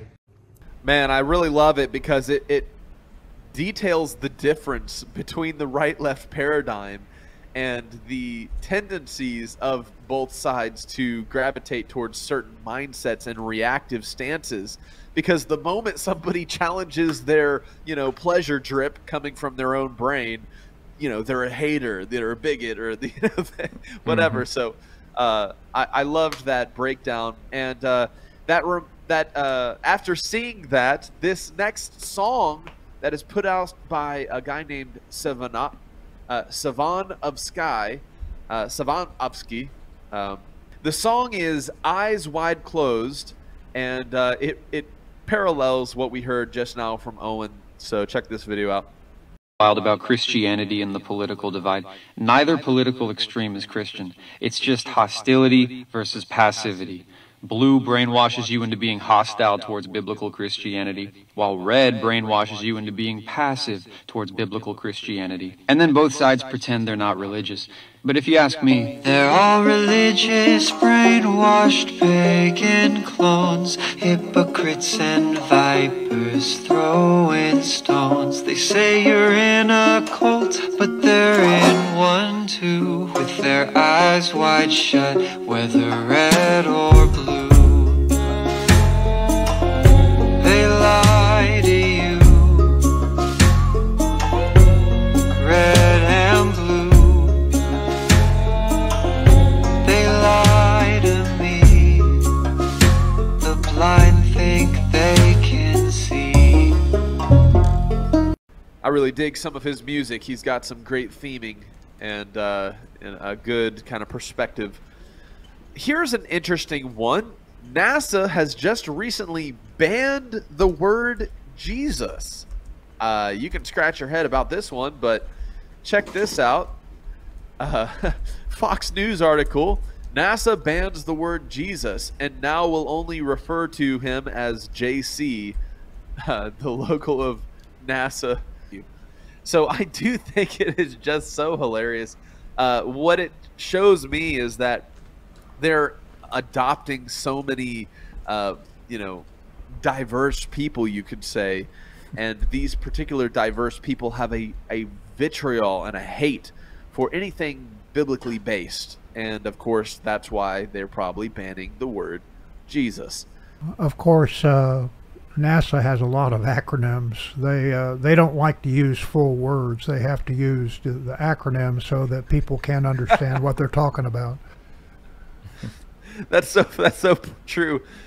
It's like, yeah, we have to start using acronyms in everything we talk about. You know, no more Jesus. It will be JC from now on. You know? It's like NASA in itself is an acronym. So you're making a good case there, Opa. Thank you for sharing that. All right, so here is a breakdown, one more clip that Owen shared regarding Hollywood and it being the advertising agency for the military. So check out this video. Important films, including The Medusa Touch of 1978, JFK, the cult classic Brazil, as well as the television pilot for The Lone Gunman. What makes these films significant, and who produced them? Yeah, they're very important. Most of them are Israeli-produced films made by Arnon Milchan, or Arnon Milchan.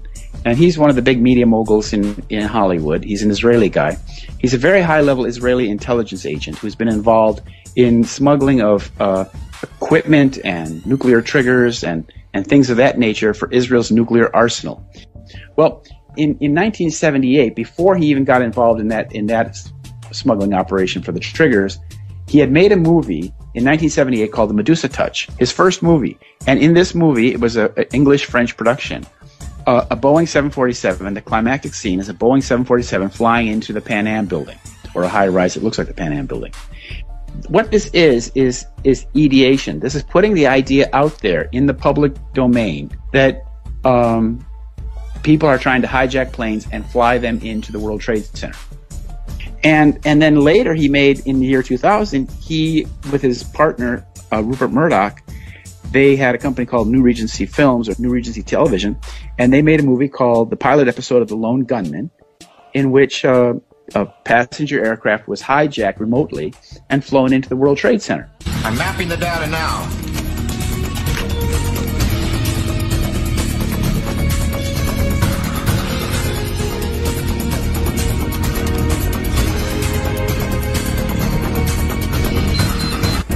Myers, your flight's gonna make an unscheduled stop in exactly 22 minutes. The corner of Liberty and Washington, Lower Manhattan. World Trade Center. I'm going to crash the plane into the World Trade Center.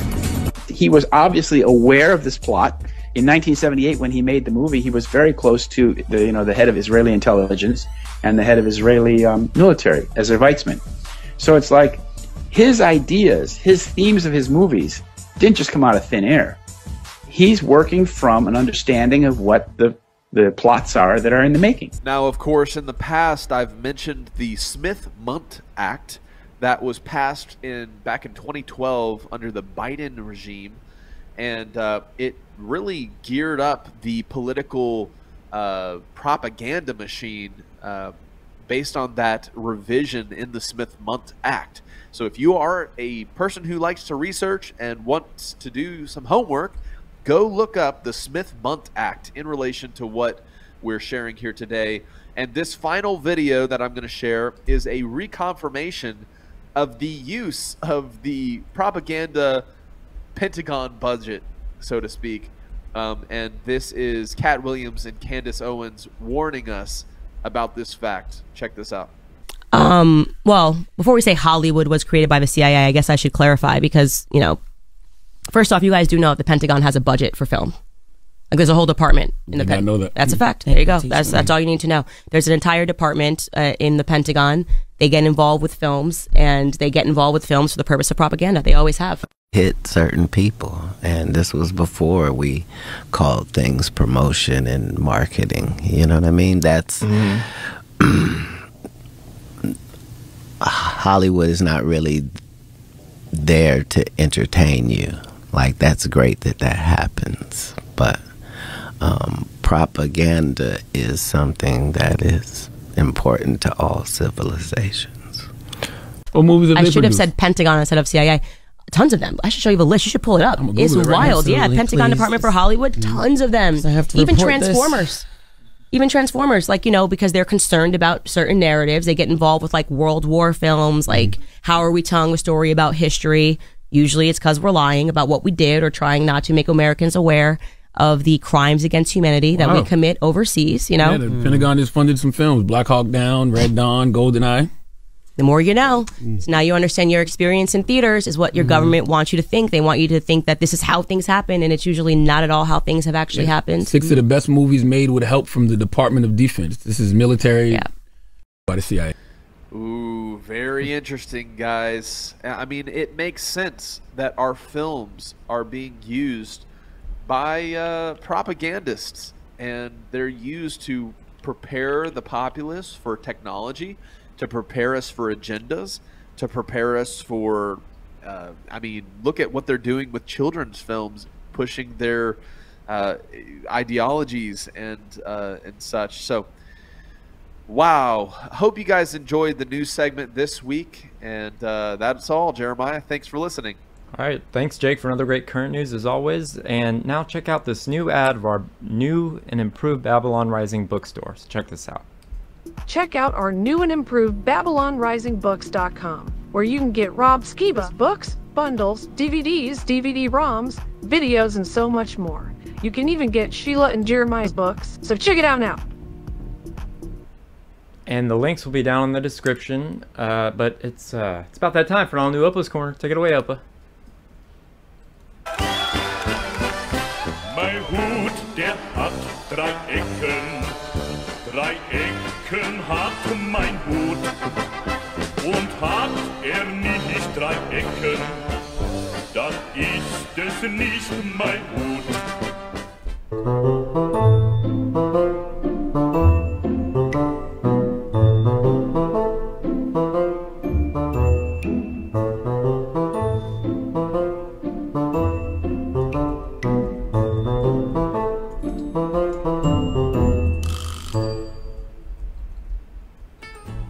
Evening news is where they begin with good evening and then proceed to tell you why it isn't.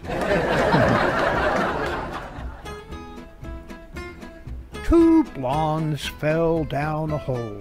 One said, "It's dark in here, isn't it?" The other replied, "I don't know. I can't see." 5 out of 6 people agree that Russian roulette is safe. What do you call a guy who's really loud? Mike.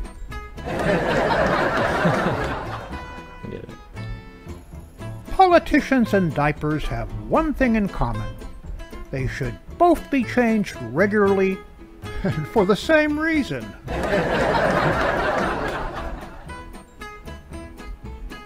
What's the difference between a politician and a snail? One is slimy, a pest, and leaves a trail everywhere.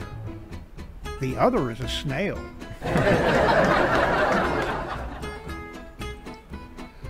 What do you call a nose with no body? Nobody knows. The Energizer Bunny was arrested on a charge of battery.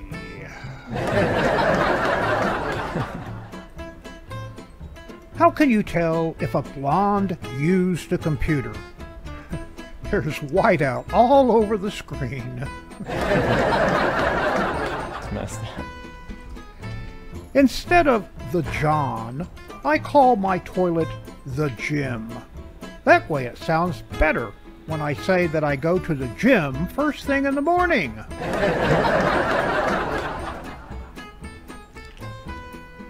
My next door neighbor worships exhaust pipes. He's a Catholic converter.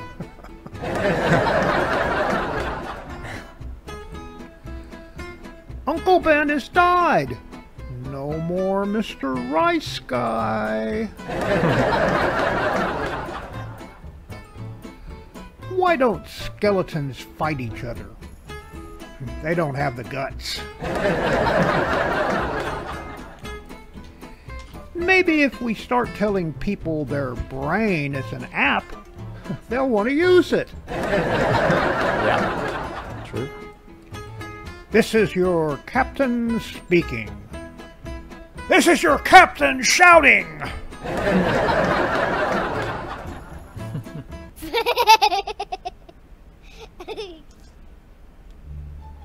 NASA. Something big's going down, sir. They're heading your way now.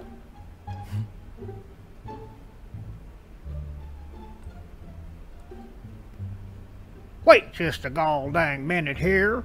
He's been dealing from the bottom of the deck, Jake. My pappy always said, never trust a grizzly.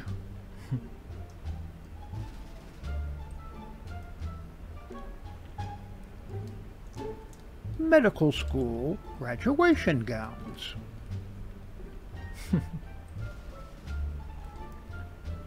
Mom, please tell me I take after your side of the family.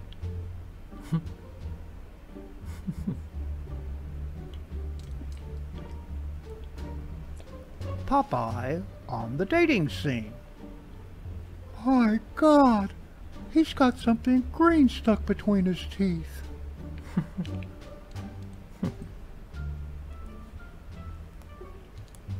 I want to be ready when shoes are invented. Pull my finger.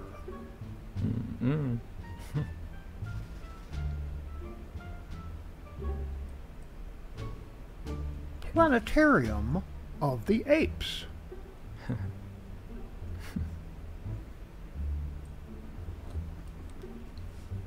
Dude, you can sit there all day, but I'm telling you, it's not a zip line.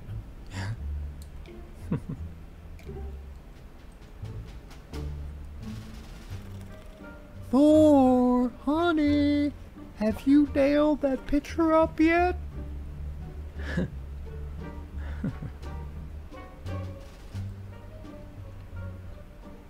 Nothing, dear. Go back to sleep.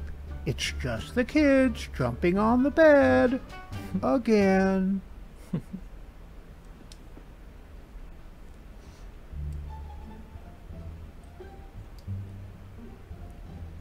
What's this tea and china shop destruction? You knocked over just one vase and 2 coffee cups all semester? IQ test. To see results, enter credit card number.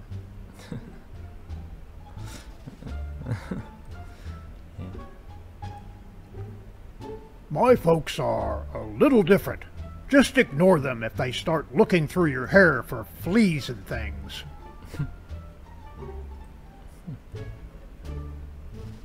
Don's Shoe World. Listen, I bought these here yesterday, and the dang things won't stop squeaking.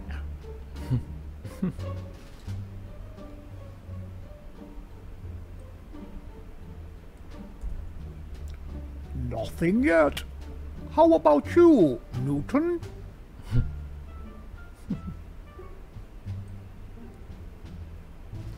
Cusses! Quick, Igor! Run down to the store and get 2 size D flashlight batteries.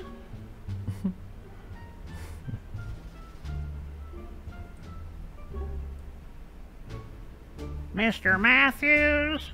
Mr. Matthews?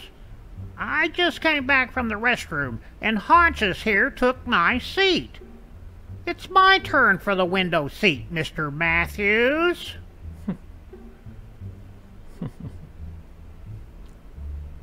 Well, kid, you beat me. But now every punk packing a paddle and trying to make a name for himself will come looking for you.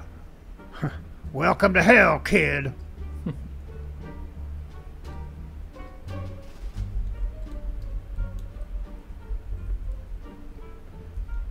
The entire Parliament fell dead silent. For the first time since anyone could remember, one of the members voted aye.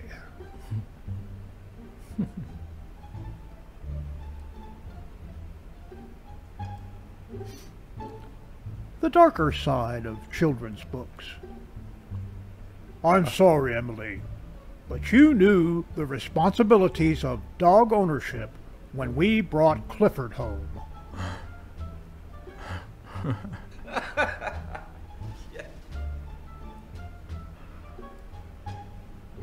Vegetarian towns of the Old West.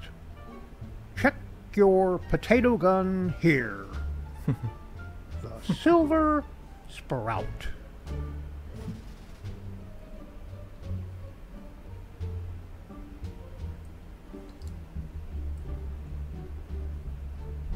"'Twan't the aliens' fault, Sheriff. Old Jeb Halloway kept sticking his head in one of the critters' orifices and yelling, 'Jiminy crack corn, Jiminy crack corn.'"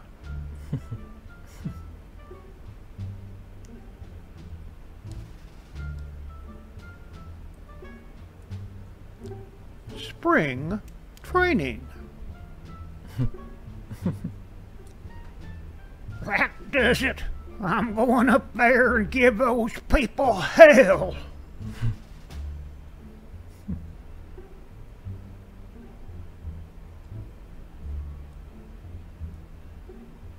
Obedience School graduation. "I'm still trying to decide if I should join the workforce or get my master's in staying."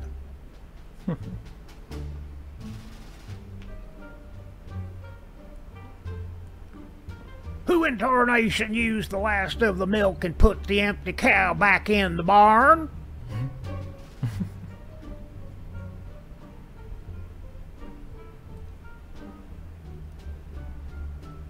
Wait a minute. Isn't anyone here a real sheep?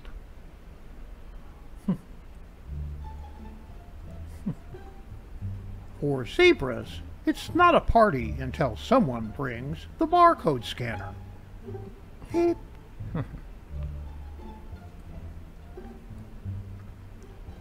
"Yeah, I used to get my fish that way too." Amazon. Speed limit, 25, including bicycles. I've never received a speeding ticket on my bike, but I would be shamefully proud if I did. And that concludes another OPA'S Corner. Mein Hut, der hat 3 Ecken. 3 Ecken hat mein Hut. Und hat nicht 3 Ecken, dann ist es nicht mein Hut. Thank you, Opa, for another great OPA'S Corner. And now a word from our good friend, JJ. Are you tired of living in constant pain? Do you feel like you've tried every CBD product on the market with no relief? Look no further than JJ's Natural CBD Rub. When I was diagnosed with degenerative disc disease, this was the only product that completely took my pain away. Working with JJ has been a dream come true, and his products have completely changed my life. Don't just take my word for it. Visit JJ's website, jjcbdrub.com, and read hundreds of testimonials from people whose lives have been changed by all of JJ's amazing products. And now, as a Skiba News Nation exclusive, you can get $50 off a 3-pack special of JJ's Natural CBD Rub by texting CBD to 920-382-7720. Don't suffer in silence any longer. Take control of your pain today with JJ's Natural CBD Rub. Again, text CBD to 920-382-7720 for an exclusive discount and start feeling the relief you deserve. The links are in the description below. Beautiful, handcrafted Tzits by Ciara Grant. What is the OG WWJD? It's wearing fringes on your garments. In accordance to Numbers chapter 15, verse 38 through 40. Speak unto the children of Israel, and bid them that they make them fringes in the borders of their garments throughout their generations, and that they put a cord of blue in it.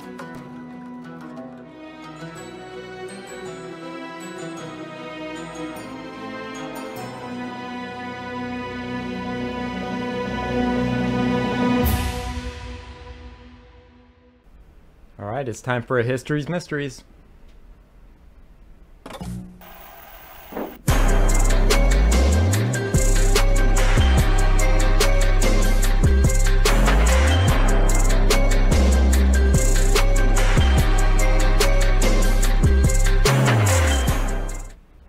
So today for History's Mysteries, we're going to be talking about why they want the border open. So before we discuss any further, let's watch this first clip. Tonight, a common yet dangerous transport option for migrants heading to the U.S. border shut down. This dramatic new video appears to show dozens of migrants in El Paso tearing down a razor wire fence. A growing number of Chinese migrants are crossing into the United States from Mexico without visas. Among the record number of migrants crossing the southern border was a member of an Afghan terror organization who was released into the U.S. by border agents. There is a particular network that has where some of the overseas facilitators of the smuggling network have ISIS ties. Well, we just heard Speaker McCarthy say the White House had no plan, that you all have bumbled it, and now you've created another crisis. It's no surprise to you that they don't think you're doing a good job on this. There is nothing new about all this. The number of people crossing illegally into America this past year has been staggering. U.S. Customs and Border Protection reporting more than 242,000 encounters at the border in November. If we stay at home and sit on our butts, we're going to get mowed over. This country will be gone. Former military officers have taken up arms and have begun patrolling our side of the border. I want America to wake the hell up, see what's really happening on our borders. We got enough fentanyl coming to our borders to kill every last man, woman, and child here in America. Dozens and dozens of migrants, many of them families, set up in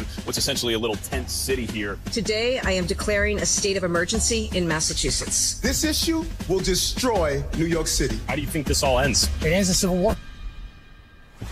So you're a would-be migrant looking for your golden ticket to come to America. Maybe you're Chinese, Brazilian, Russian, it doesn't matter. All you know is that you want some of those sweet benefits that all those illegals are getting in America. You save up some money, apply for a few easy visas to countries in South America, and next thing you know, you're being smuggled into Mexico for a couple $100s. But instead of going the legal route and entering America through an actual port of entry and claiming asylum, you know that no one with half a brain will believe that you're an actual asylum seeker. They'll take one look at your passport and listen to your made-up story, and they will know you're full of poop.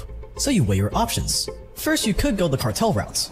Cartels are very easy to find, since they run most of the illegal crossings into America now anyways. Their fees to get you into America start at $4,000 and goes as high as $20,000 depending on where you're from and how far you need to travel.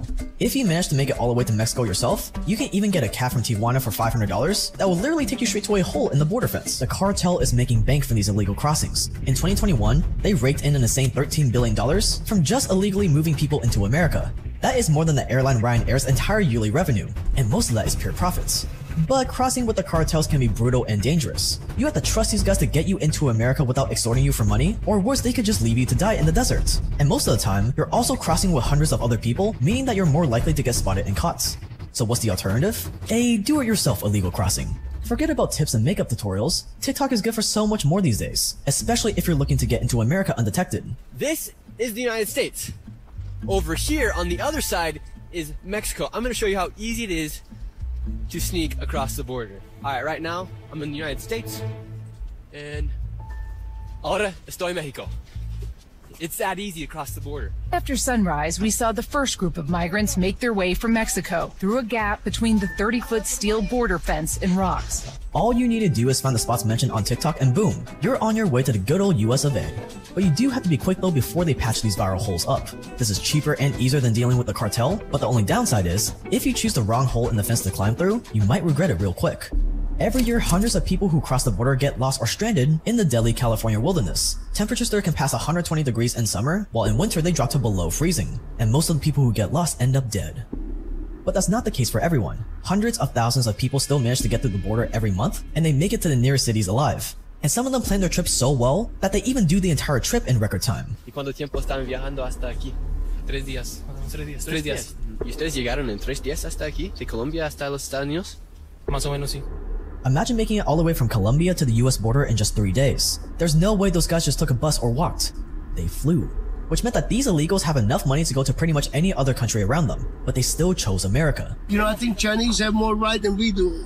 I can see their leader, I can see their well-being and all that, but I don't understand why they come over here.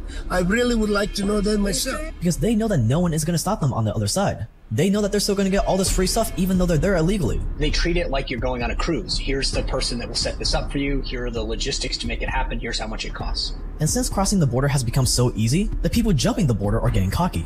Just take a look at this group of illegal Chinese. They didn't care about telling reporters that they were actually bankers, teachers, business owners back in China, not oppressed victims of violence or crime. They didn't even care that they were being filmed as they crossed the actual border. Just think about that for a second. These people are committing a crime on camera, and yet they're still able to claim all the benefits offered to real refugees. Think about if an American tried to do the same thing somewhere else. They would get arrested and deported on the spots. Nowhere else can you jump the border on national TV and not face any consequences for your actions. But why? Watch one episode of any of those border control TV series, and you'll be amazed at just how strict and thorough those border agents are. They make it seem like nothing slips past them, like they're the ultimate example of efficiency. She said something about the weather was good for haying. Yeah, because she has a farm. Do you know why she would say the weather is good for haying? Why she would be communicating that to you? What the are you talking about? The series just conveniently forgets to mention the hundreds of thousands of people who get through completely unchecked a few miles down the fence. And you're telling me there's nothing we can do about this? Yeah, right. We are talking about the American government with money, printer, and military here. They could stop the border crisis tomorrow if they really wanted to. So the fact that they're not stopping it, the fact that they seem to be encouraging it, means that someone somewhere in power must be benefiting from it. And it's gotten bad. Since COVID began, more and more people have flooded across the southern border. In December 2023 alone, more than 300,000 people tried to cross the border illegally.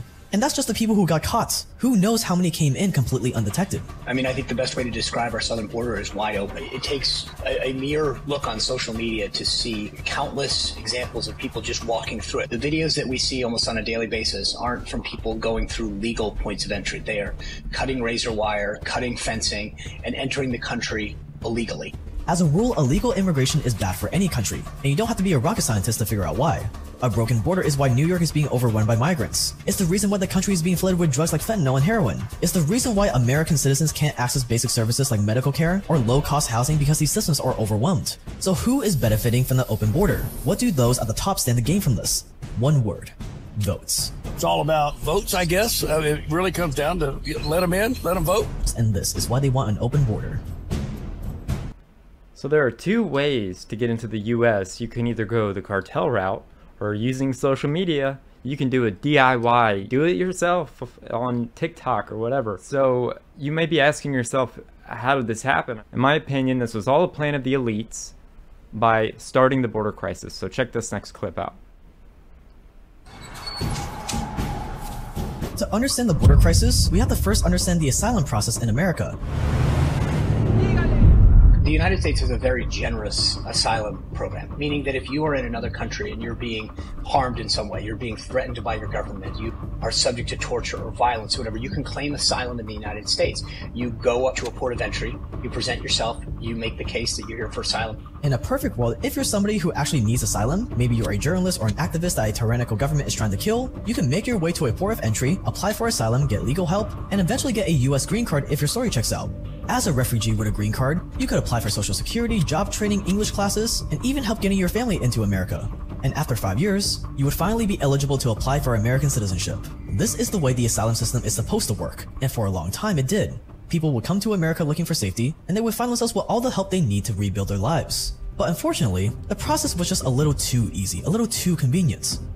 What normally happens now is that person is then given a number, a court date, usually several years later. We're talking 5, 6, 7 years later. They let you into the country, and then well over 90% of those people never actually show up for their court date when it occurs. Number one. Number two, a majority of the asylum cases don't actually result in their favor. And so they know this. They know the process is pretty easy. They're informed of this as they make their way up. All you need to do is present yourself for asylum. You'll be let into the United States. You'll get a court date years in advance that you'll probably never have to show up for. But even, because if you do, by the way, like I said, the asylum judges will have to look at your case, meaning did you actually get subjected to some kind of violence or torture or adverse effects that you had to flee your country. That's what it's supposed to be meant for. It's not because you just wanted to come to the United States. That's not asylum. That's the normal immigration process. Suddenly, people from all over the world were coming to America to apply for asylum. Maybe they couldn't find work in their own countries. Maybe they were tired of their corrupt governments. Or maybe they just wanted to freeload. And that's where the real trouble began. How scary is that? They don't even check the backgrounds. They don't know who these people are that are coming in. They don't know if they're criminals or murderers even. I mean, it just kind of scary to me as a Texan that, you know, these people are just allowed to just be free in the country and we don't know who they are. We all knew that there were a lot of missteps and everybody seems to know we were doomed to fail. So let's check out this next clip.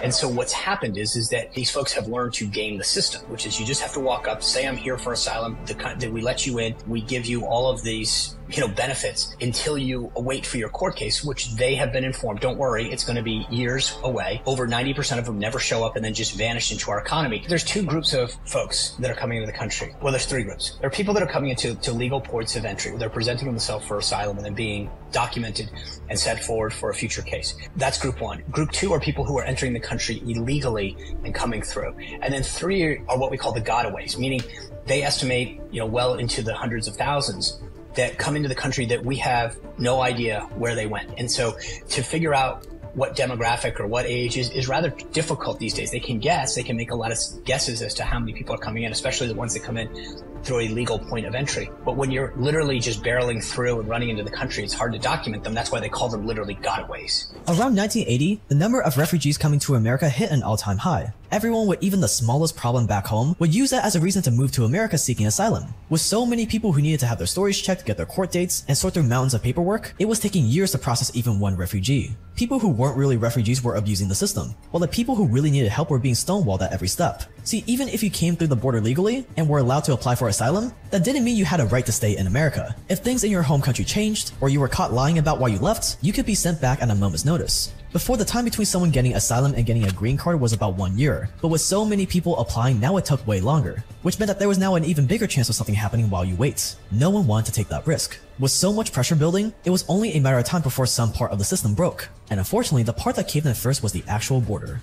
Instead of leaving your fate to the system, thousands of people realized that it would be way easier just to cross the border illegally and disappear. If they get caught, they could just tell the border officers that they're in fear for their lives, and bam! They get the same free ride as the people who actually apply at the border. And even if they aren't caught and don't end up in the system, there are so many charities offering benefits to migrants no matter what their legal status is. They're still gonna get a bunch of free stuff even if they're illegal. So slowly, the number of official refugees coming to America every year declined.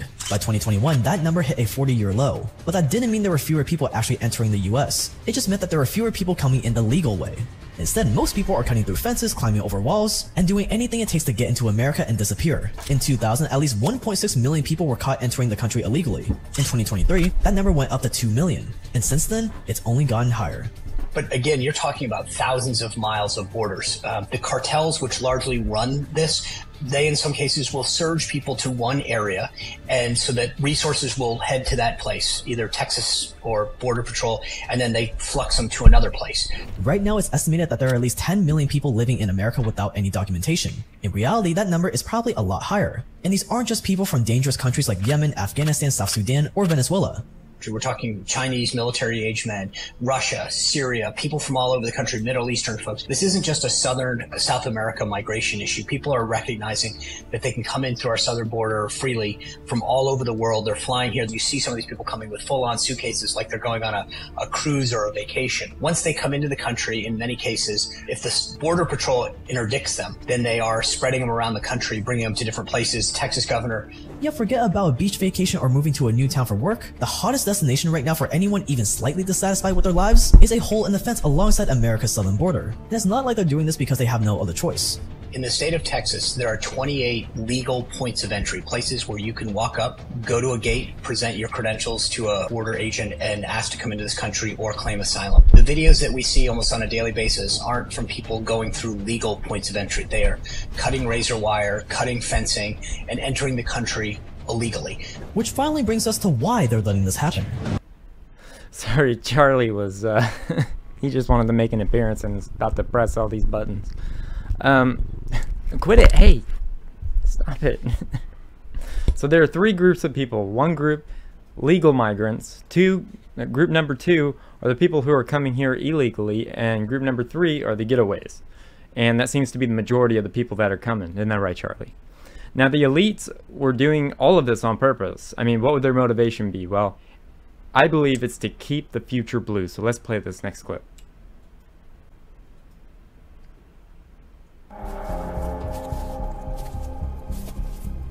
Let's take a step back. The number one job of any government, local, state, or federal, is to protect their people. Keeping a closed border makes sense. You want to know who's in your country, and this shouldn't be a partisan thing. But you have to ask yourself a simple, very simple question. If you are not keeping this border safe, if you are allowing people to enter not through ports of entry, why? And the only answer that makes sense is because Democrats believe that these are future voters. There is no other explanation that makes sense. If you care about drugs flowing over the border, if you care about sex trafficking, women and children, if you care about crime and terrorism coming into our country through this porous border, then you would support border security. It's not immigration reform, it's border security. They're two different things, and Democrats don't want you to understand the difference between the two. They want to talk about immigration reform. There's a reason that people on the right use the word border security. Is to keep people who shouldn't be in this country out. Right from the start, President Biden made his plans for the 10 million plus illegals crystal clear. Instead of holding these people accountable for the fact that they're breaking the law, he's trying to reward them by giving them green cards, and ultimately citizenship. Why? Because green card holders and new citizens pay taxes. Because giving 10 to 12 million people green cards means that 5 years from now, there will be 10 to 12 million more voters. And a few years later, their kids will be able to vote too. And if it's the Democrats who gave them the green cards and citizenship, who do you think all those new voters are going to vote for? Part of the Democrats' thinking is that if you come into this country illegally and then you're provided status to stay in the country and eventually citizenship, you will reward the party that gave you that. I think that's their thinking on this. It makes a lot of sense to me that if you've come to the United States and one party has given you citizenship and given you status, you're going to be loyal to that party. You recognize that they're the ones who help take care of you. I don't think it takes, a PhD to recognize that that's why they believe this plan. And let's just be clear, even if they're 2/3 right, that's still a huge advantage when it comes to the electoral process. So their goal and their hope is that, we saw this in the 1980s under President Reagan, is that eventually you'll be given blanket asylum, everyone in the country for 10 years. The Democrats are banking on that. Their goal is to flood the zone, get as many people into the country as possible, and then make the case that, well, we can't kick them out now because they've been here for 8 years, 10 years, 15 years. That's the ultimate goal. One of the things that was in this immigration bill that was shot down, thankfully, was the Democrats sought to chase the asylum process. And they'll tell you that it was to speed it up. Here's the kicker that was in the bill. Right now, as I said, when you come into the country, it may take years, but ultimately you present yourself to an asylum judge. You literally go to court, lay out why you were subject to adverse conditions, and then the judge adjudicates that. Most of those cases were not adjudicated favorably to the person because they would say, tell me about your circumstances. And they'd say, well, you may not have been happy in your country, you may not have been doing well, but that doesn't mean you can just freely come into the country. What the Democrats sought to do with their immigration bill is they sought to change asylum being adjudicated by judges and just by officers. They called them asylum officers, people that they thought would be more favorable to grant asylum on the spot. So you, instead of going to court in 5, 10, 15 years, you would present yourself to this asylum officer who on the spot could grant you asylum. That's why the government doesn't care how many people are pouring through the border. The more they can get into the country now, the more votes they stand to win in a few years' time. Democrats want people to come into this country because they believe that the future, all of these people represent future voters, plain and simple. And there's no other explanation that makes sense. Once you get asylum, which is something that Democrats keep trying to offer, you are on a 5-year path to citizenship, full stop. If you are granted asylum after you cross the border and you make getting asylum easier, you are on an automatic path to citizenship in 5 years. Once that happens, as you know, as a citizen, you can vote. The Democrats have made it very, very clear that this is their plan. Let's face it, the choice between Biden and Trump is a joke. It can go either way. But 5 years from now, when there's a Democrat running for president, 5 years from now when 10 to 12 million more people have citizenship if Biden gets his way, the majority of those people will probably be voting Democrats. But that's not all. The smaller politicians at the state level are also incentivized to let them in. The census of the United States, when we count the number of people that are in this country, which goes to how many congressional seats every state gets, how much federal resources it gets. It goes to the number of people in an area, the number of people in a city, the number of people in a state, not the number of citizens. The more people you bring in, the more money you get, the more representation you get in. So if you flux in 300,000 people illegally here, when they get counted, That number adds to the number of congressional seats that they're allowed. That then adds to the amount of federal dollars that will flow into their district. It's all a formula. Medicaid, all of these entitlement programs and federal funds go to how many people exist. And so if you can get more people, you get more dollars, you get more resources, and you get more representation. So think about it. If you are California and you flow in, so every congressional seat roughly represents about 1 million people. If you flow in an additional 1 million people in a 10-year period, you get an additional congressional seat. That additional congressional seat gives your delegation more power. It gives you more federal dollars. It's all about everything that happens is about power and money. And that's not where it ends. More money means the Democrats get to expand all the programs where they give free stuff away. That means more organizations helping out illegal immigrants, more programs that look good on the front page of a newspaper, more money that contractors get to siphon into their own pockets, and ultimately more votes. Because a lot of people will say it's very cynical to say this. My answer would be, explain to me then why, if it's so cynical, what is the any other reasonable explanation for this? And there isn't one. If you are a Democrat and you care about this country, why wouldn't you help support shoring up the holes that exist in these wired areas? Why don't you care about the women that are being trafficked in the cartels and all that kind of stuff? They can't answer the question because ultimately this is the case, that they want them here for a reason. And all of this is coming at the expense of people like you and me. See, and they don't care about those big issues. And the sad thing is, this administration allows all this for one simple reason. They want their votes. They see those people as votes, not as people. And that's what's irritating to me, among so many other things. Now let's play this next clip, which I call Giving Them Free Stuff. So let's check this out.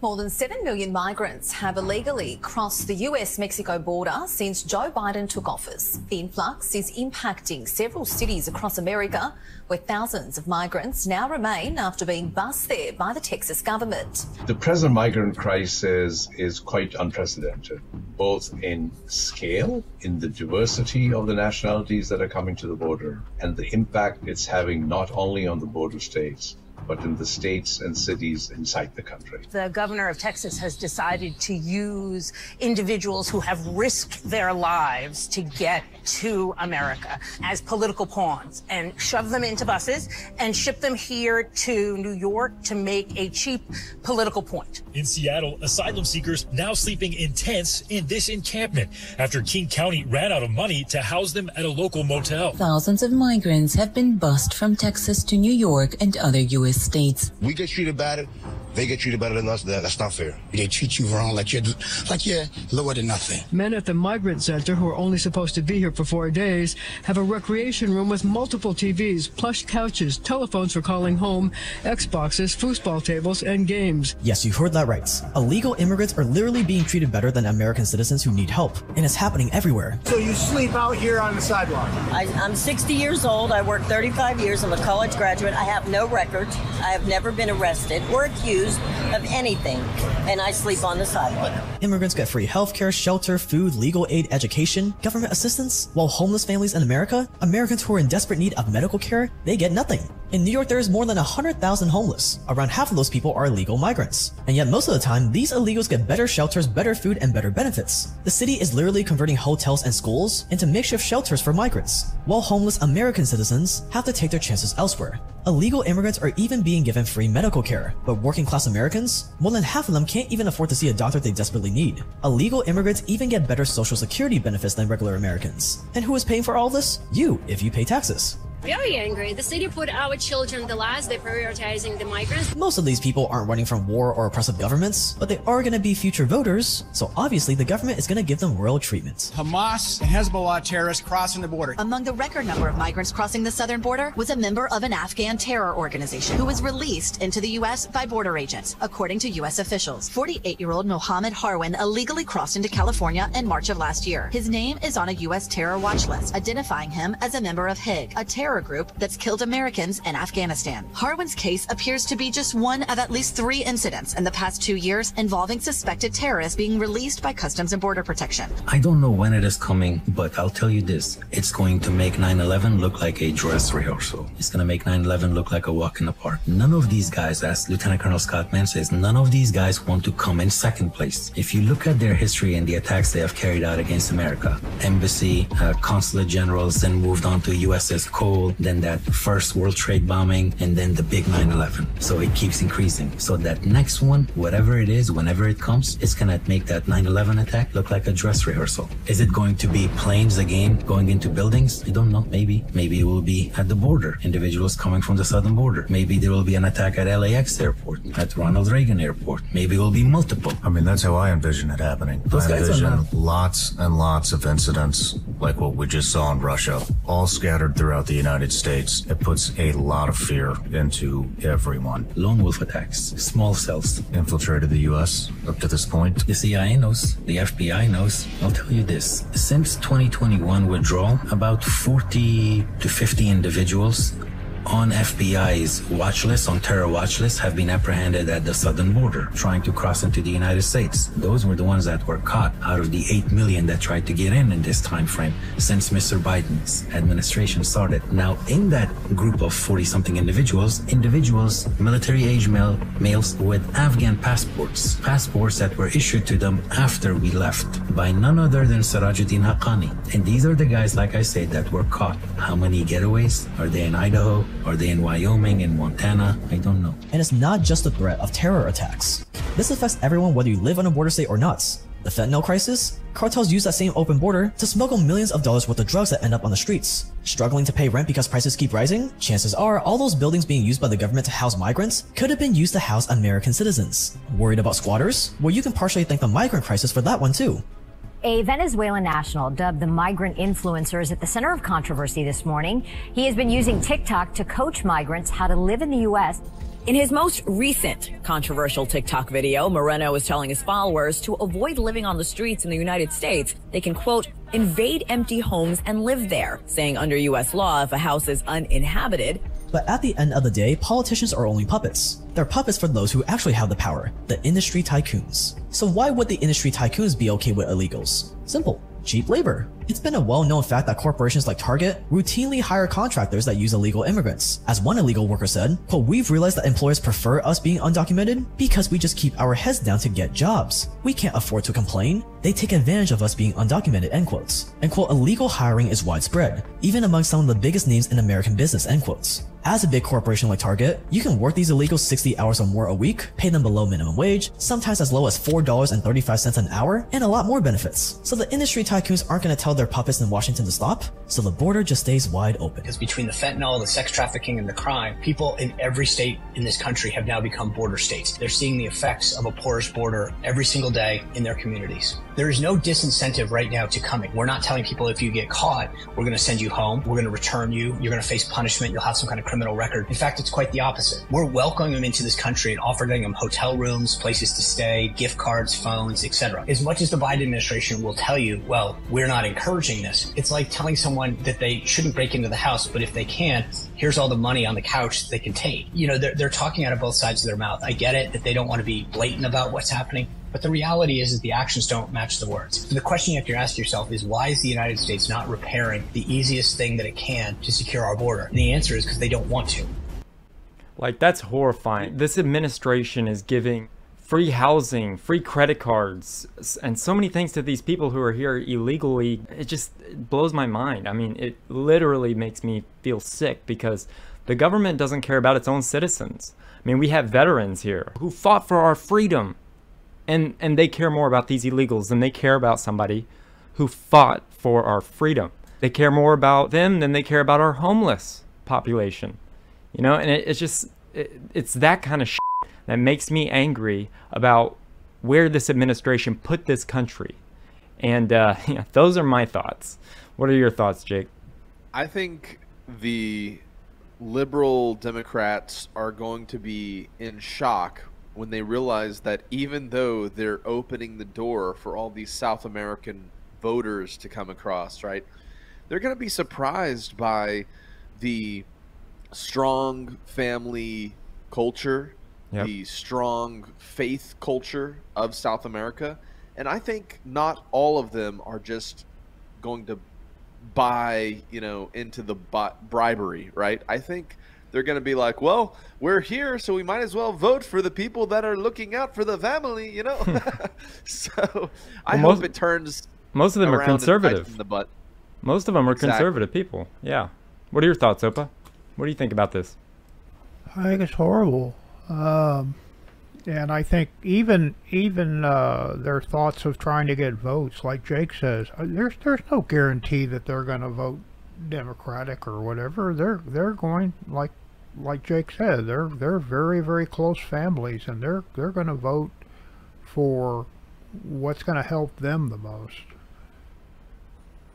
You know, on that same thought process, maybe they know that they're not going to get the conservative South American vote, but what they have to do is skew the number game so that we can make the assumption that people are actually voting for the numbers that come out during the election, which makes me wonder, the numbers that come out during the election or in future elections, they're going to say, oh, it's because all of those people were so grateful that we gave them asylum. That's why, you know, Biden got 100 million votes this year.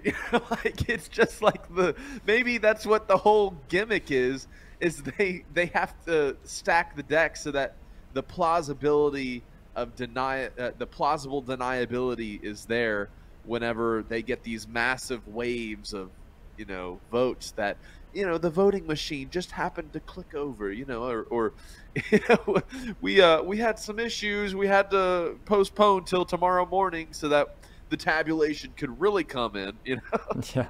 I think the congressional seat type thing and the money coming in, I think that's very valid. The more people you can get into a particular congressional district means that you can get more congressmen, maybe more money coming into that area. I think that's very valid. Oh, you're right. Absolutely. Well, that's all I got for the History's Mysteries, but now it's time for some comedy. The brilliant comic mind of Stephen Wright. So check this out. I'm going to court next week. I have been selected for jury duty. It's kind of an insane case. 6,000 ants dressed up as rice and robbed a Chinese restaurant.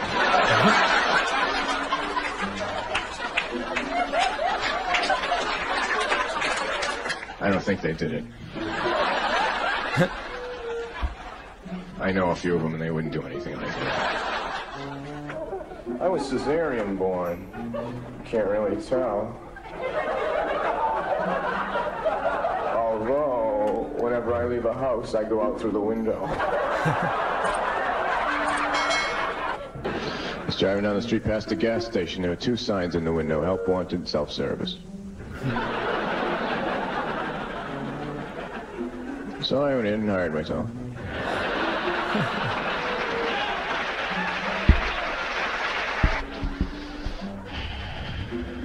So I get out of the bed. I figured I'd go for a walk. She said, how long are you going to be gone? I said, the whole time. When I was out in the middle of the desert, a UFO landed. 3 1-inch tall guys get out. They walked over to me. I said, are you really 1 inch tall? They said, no, we're really very far away.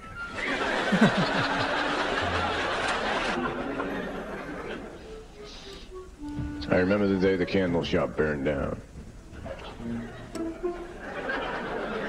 Everybody just stood around and sang happy birthday. I remember when I was 7, my grandmother said, Stephen, come over here. I said, what do you mean?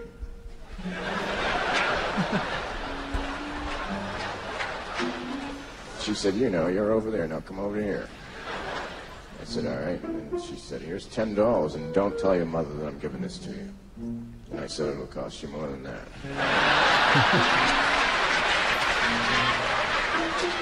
I got a new dog. He's a paranoid retriever. He brings back everything because he's not sure what I threw him. One time, right in the middle of a job interview, I took out a book and I started reading. The guy said, what the hell are you doing? I said, let me ask you one question. If you were in a vehicle and you were traveling at the speed of light, and then you turned your lights on, would they do anything?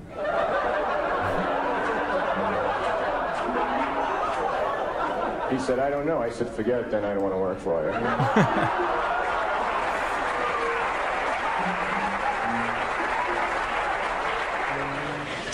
I was 5 years old watching TV. Only you can prevent forest fires. Oh no. Every night out the window with a bucket of water. The ice cream truck in my neighborhood plays helter-skelter. One time I went to the drive-in in a cab. The movie cost me $95. If you shoot a mime, should you use a silencer? My grandmother was also insane. She had pierced hearing aids. Unscented perfume. Came in a little empty bottle. My uncle was a clown for Ringling Brothers Circus. And when he died, all his friends went to the funeral in one car. I bought some powdered water, but I don't know what to add. I bought this thing for my car. You put it on your car. It sends out this little noise, so when you drive through the woods, deer won't run in front of your car. I installed it backwards by accident. Driving down the street with a herd of deer chasing me. I remember when I was a fetus, I used to sneak out at night when my mother was sleeping.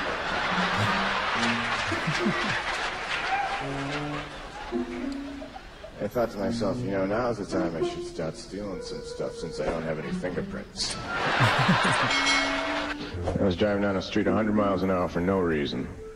The police stopped me for speeding. They said, "Why are you going so fast?" I said, "Why? I had my foot to the floor."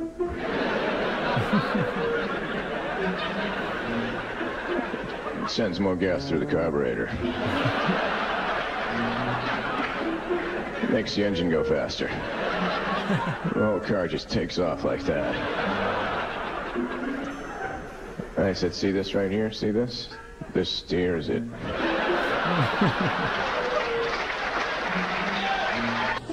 Woke up this morning, I was folding my bed back into a couch. I almost broke both my arms because it's not one of those kind of beds. Bought a cordless extension cord.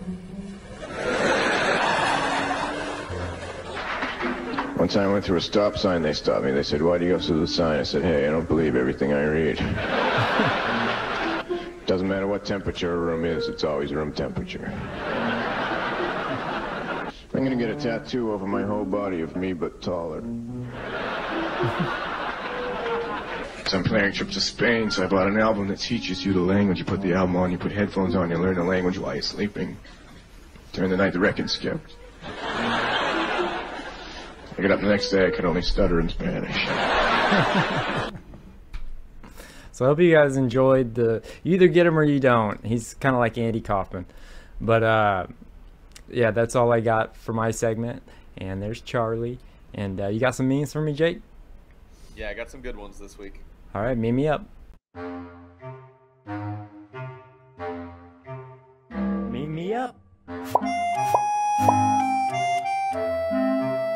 All right, here we go. You're a conspiracy theorist. Show me proof. Me sends proof. Them. The blind leading the blind. Yeah.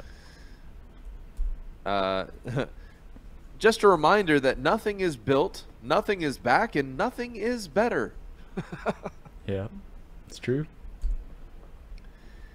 Here's the American medical institutions start preparations for bird flu by working on their bird flu dance routines. Yep. Yeah, that's TikTok generation, right? Right. All right. So dogs lick us because we have bones inside and they want them, scientists say. That's funny. All right. When you finally make it to middle class and inflation gets so high, it makes you lower class again.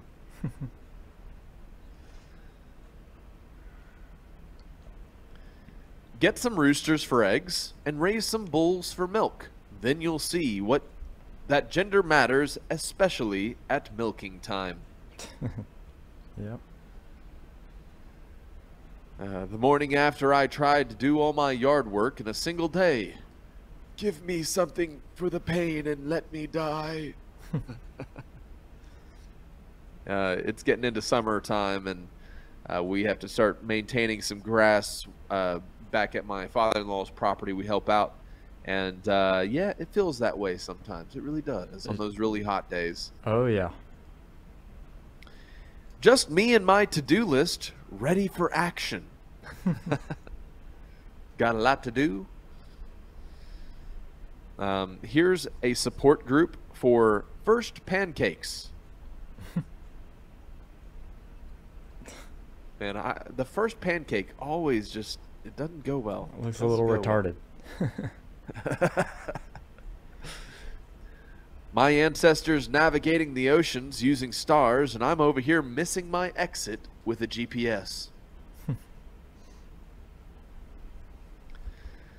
Finally catches up with my bills. My car. Check engine light. Bing! Always. Oh, man. I feel for that because our vehicle's been at the shop for 3 weeks trying to get the timing chain fixed, and they were backed up, and so we've been having to borrow my buddy's car. And man, not having a working vehicle when you're like out abroad is like the worst thing. It's like it's frustrating, but hopefully it'll be done this week. So hopefully the pain of that light will be alleviated soon, if you know what I mean. Yeah. All right, we live in fun times where food companies brag that their chicken is made out of 100% chicken. That's scary. Scary stuff. Just a reminder that there are no blue states, just 15 to 20 big blue cities trying to tell the rest of us how to live. Yeah. Side effects are your body's way of notifying you that you have been poisoned. Alrighty. Hey, look, some Mexican energy bars. Love that. And Adobe has developed software that can detect Photoshop in an image. And NASA's sweating. It should be. All right, that's all this week, guys. All right, thanks, Jake, for another great current news and memes as always. Opa, thank you for another great Opa's Corner. I hope you guys enjoyed today's History's Mysteries and Stephen Wright, and we hope you enjoyed today's episode as a whole. Stay awake, not woke, subscribe, and stay tuned. If you like what we do here on Skiba News Nation, please like and subscribe, and also share with others so that we can grow the biggest truth-seeking community on the internet. Huge shout out to all of our Patreon supporters. We couldn't do this show without you, so I just wanted to say thank you. And if you want to help support us, go to patreon.com/Skiba News Nation.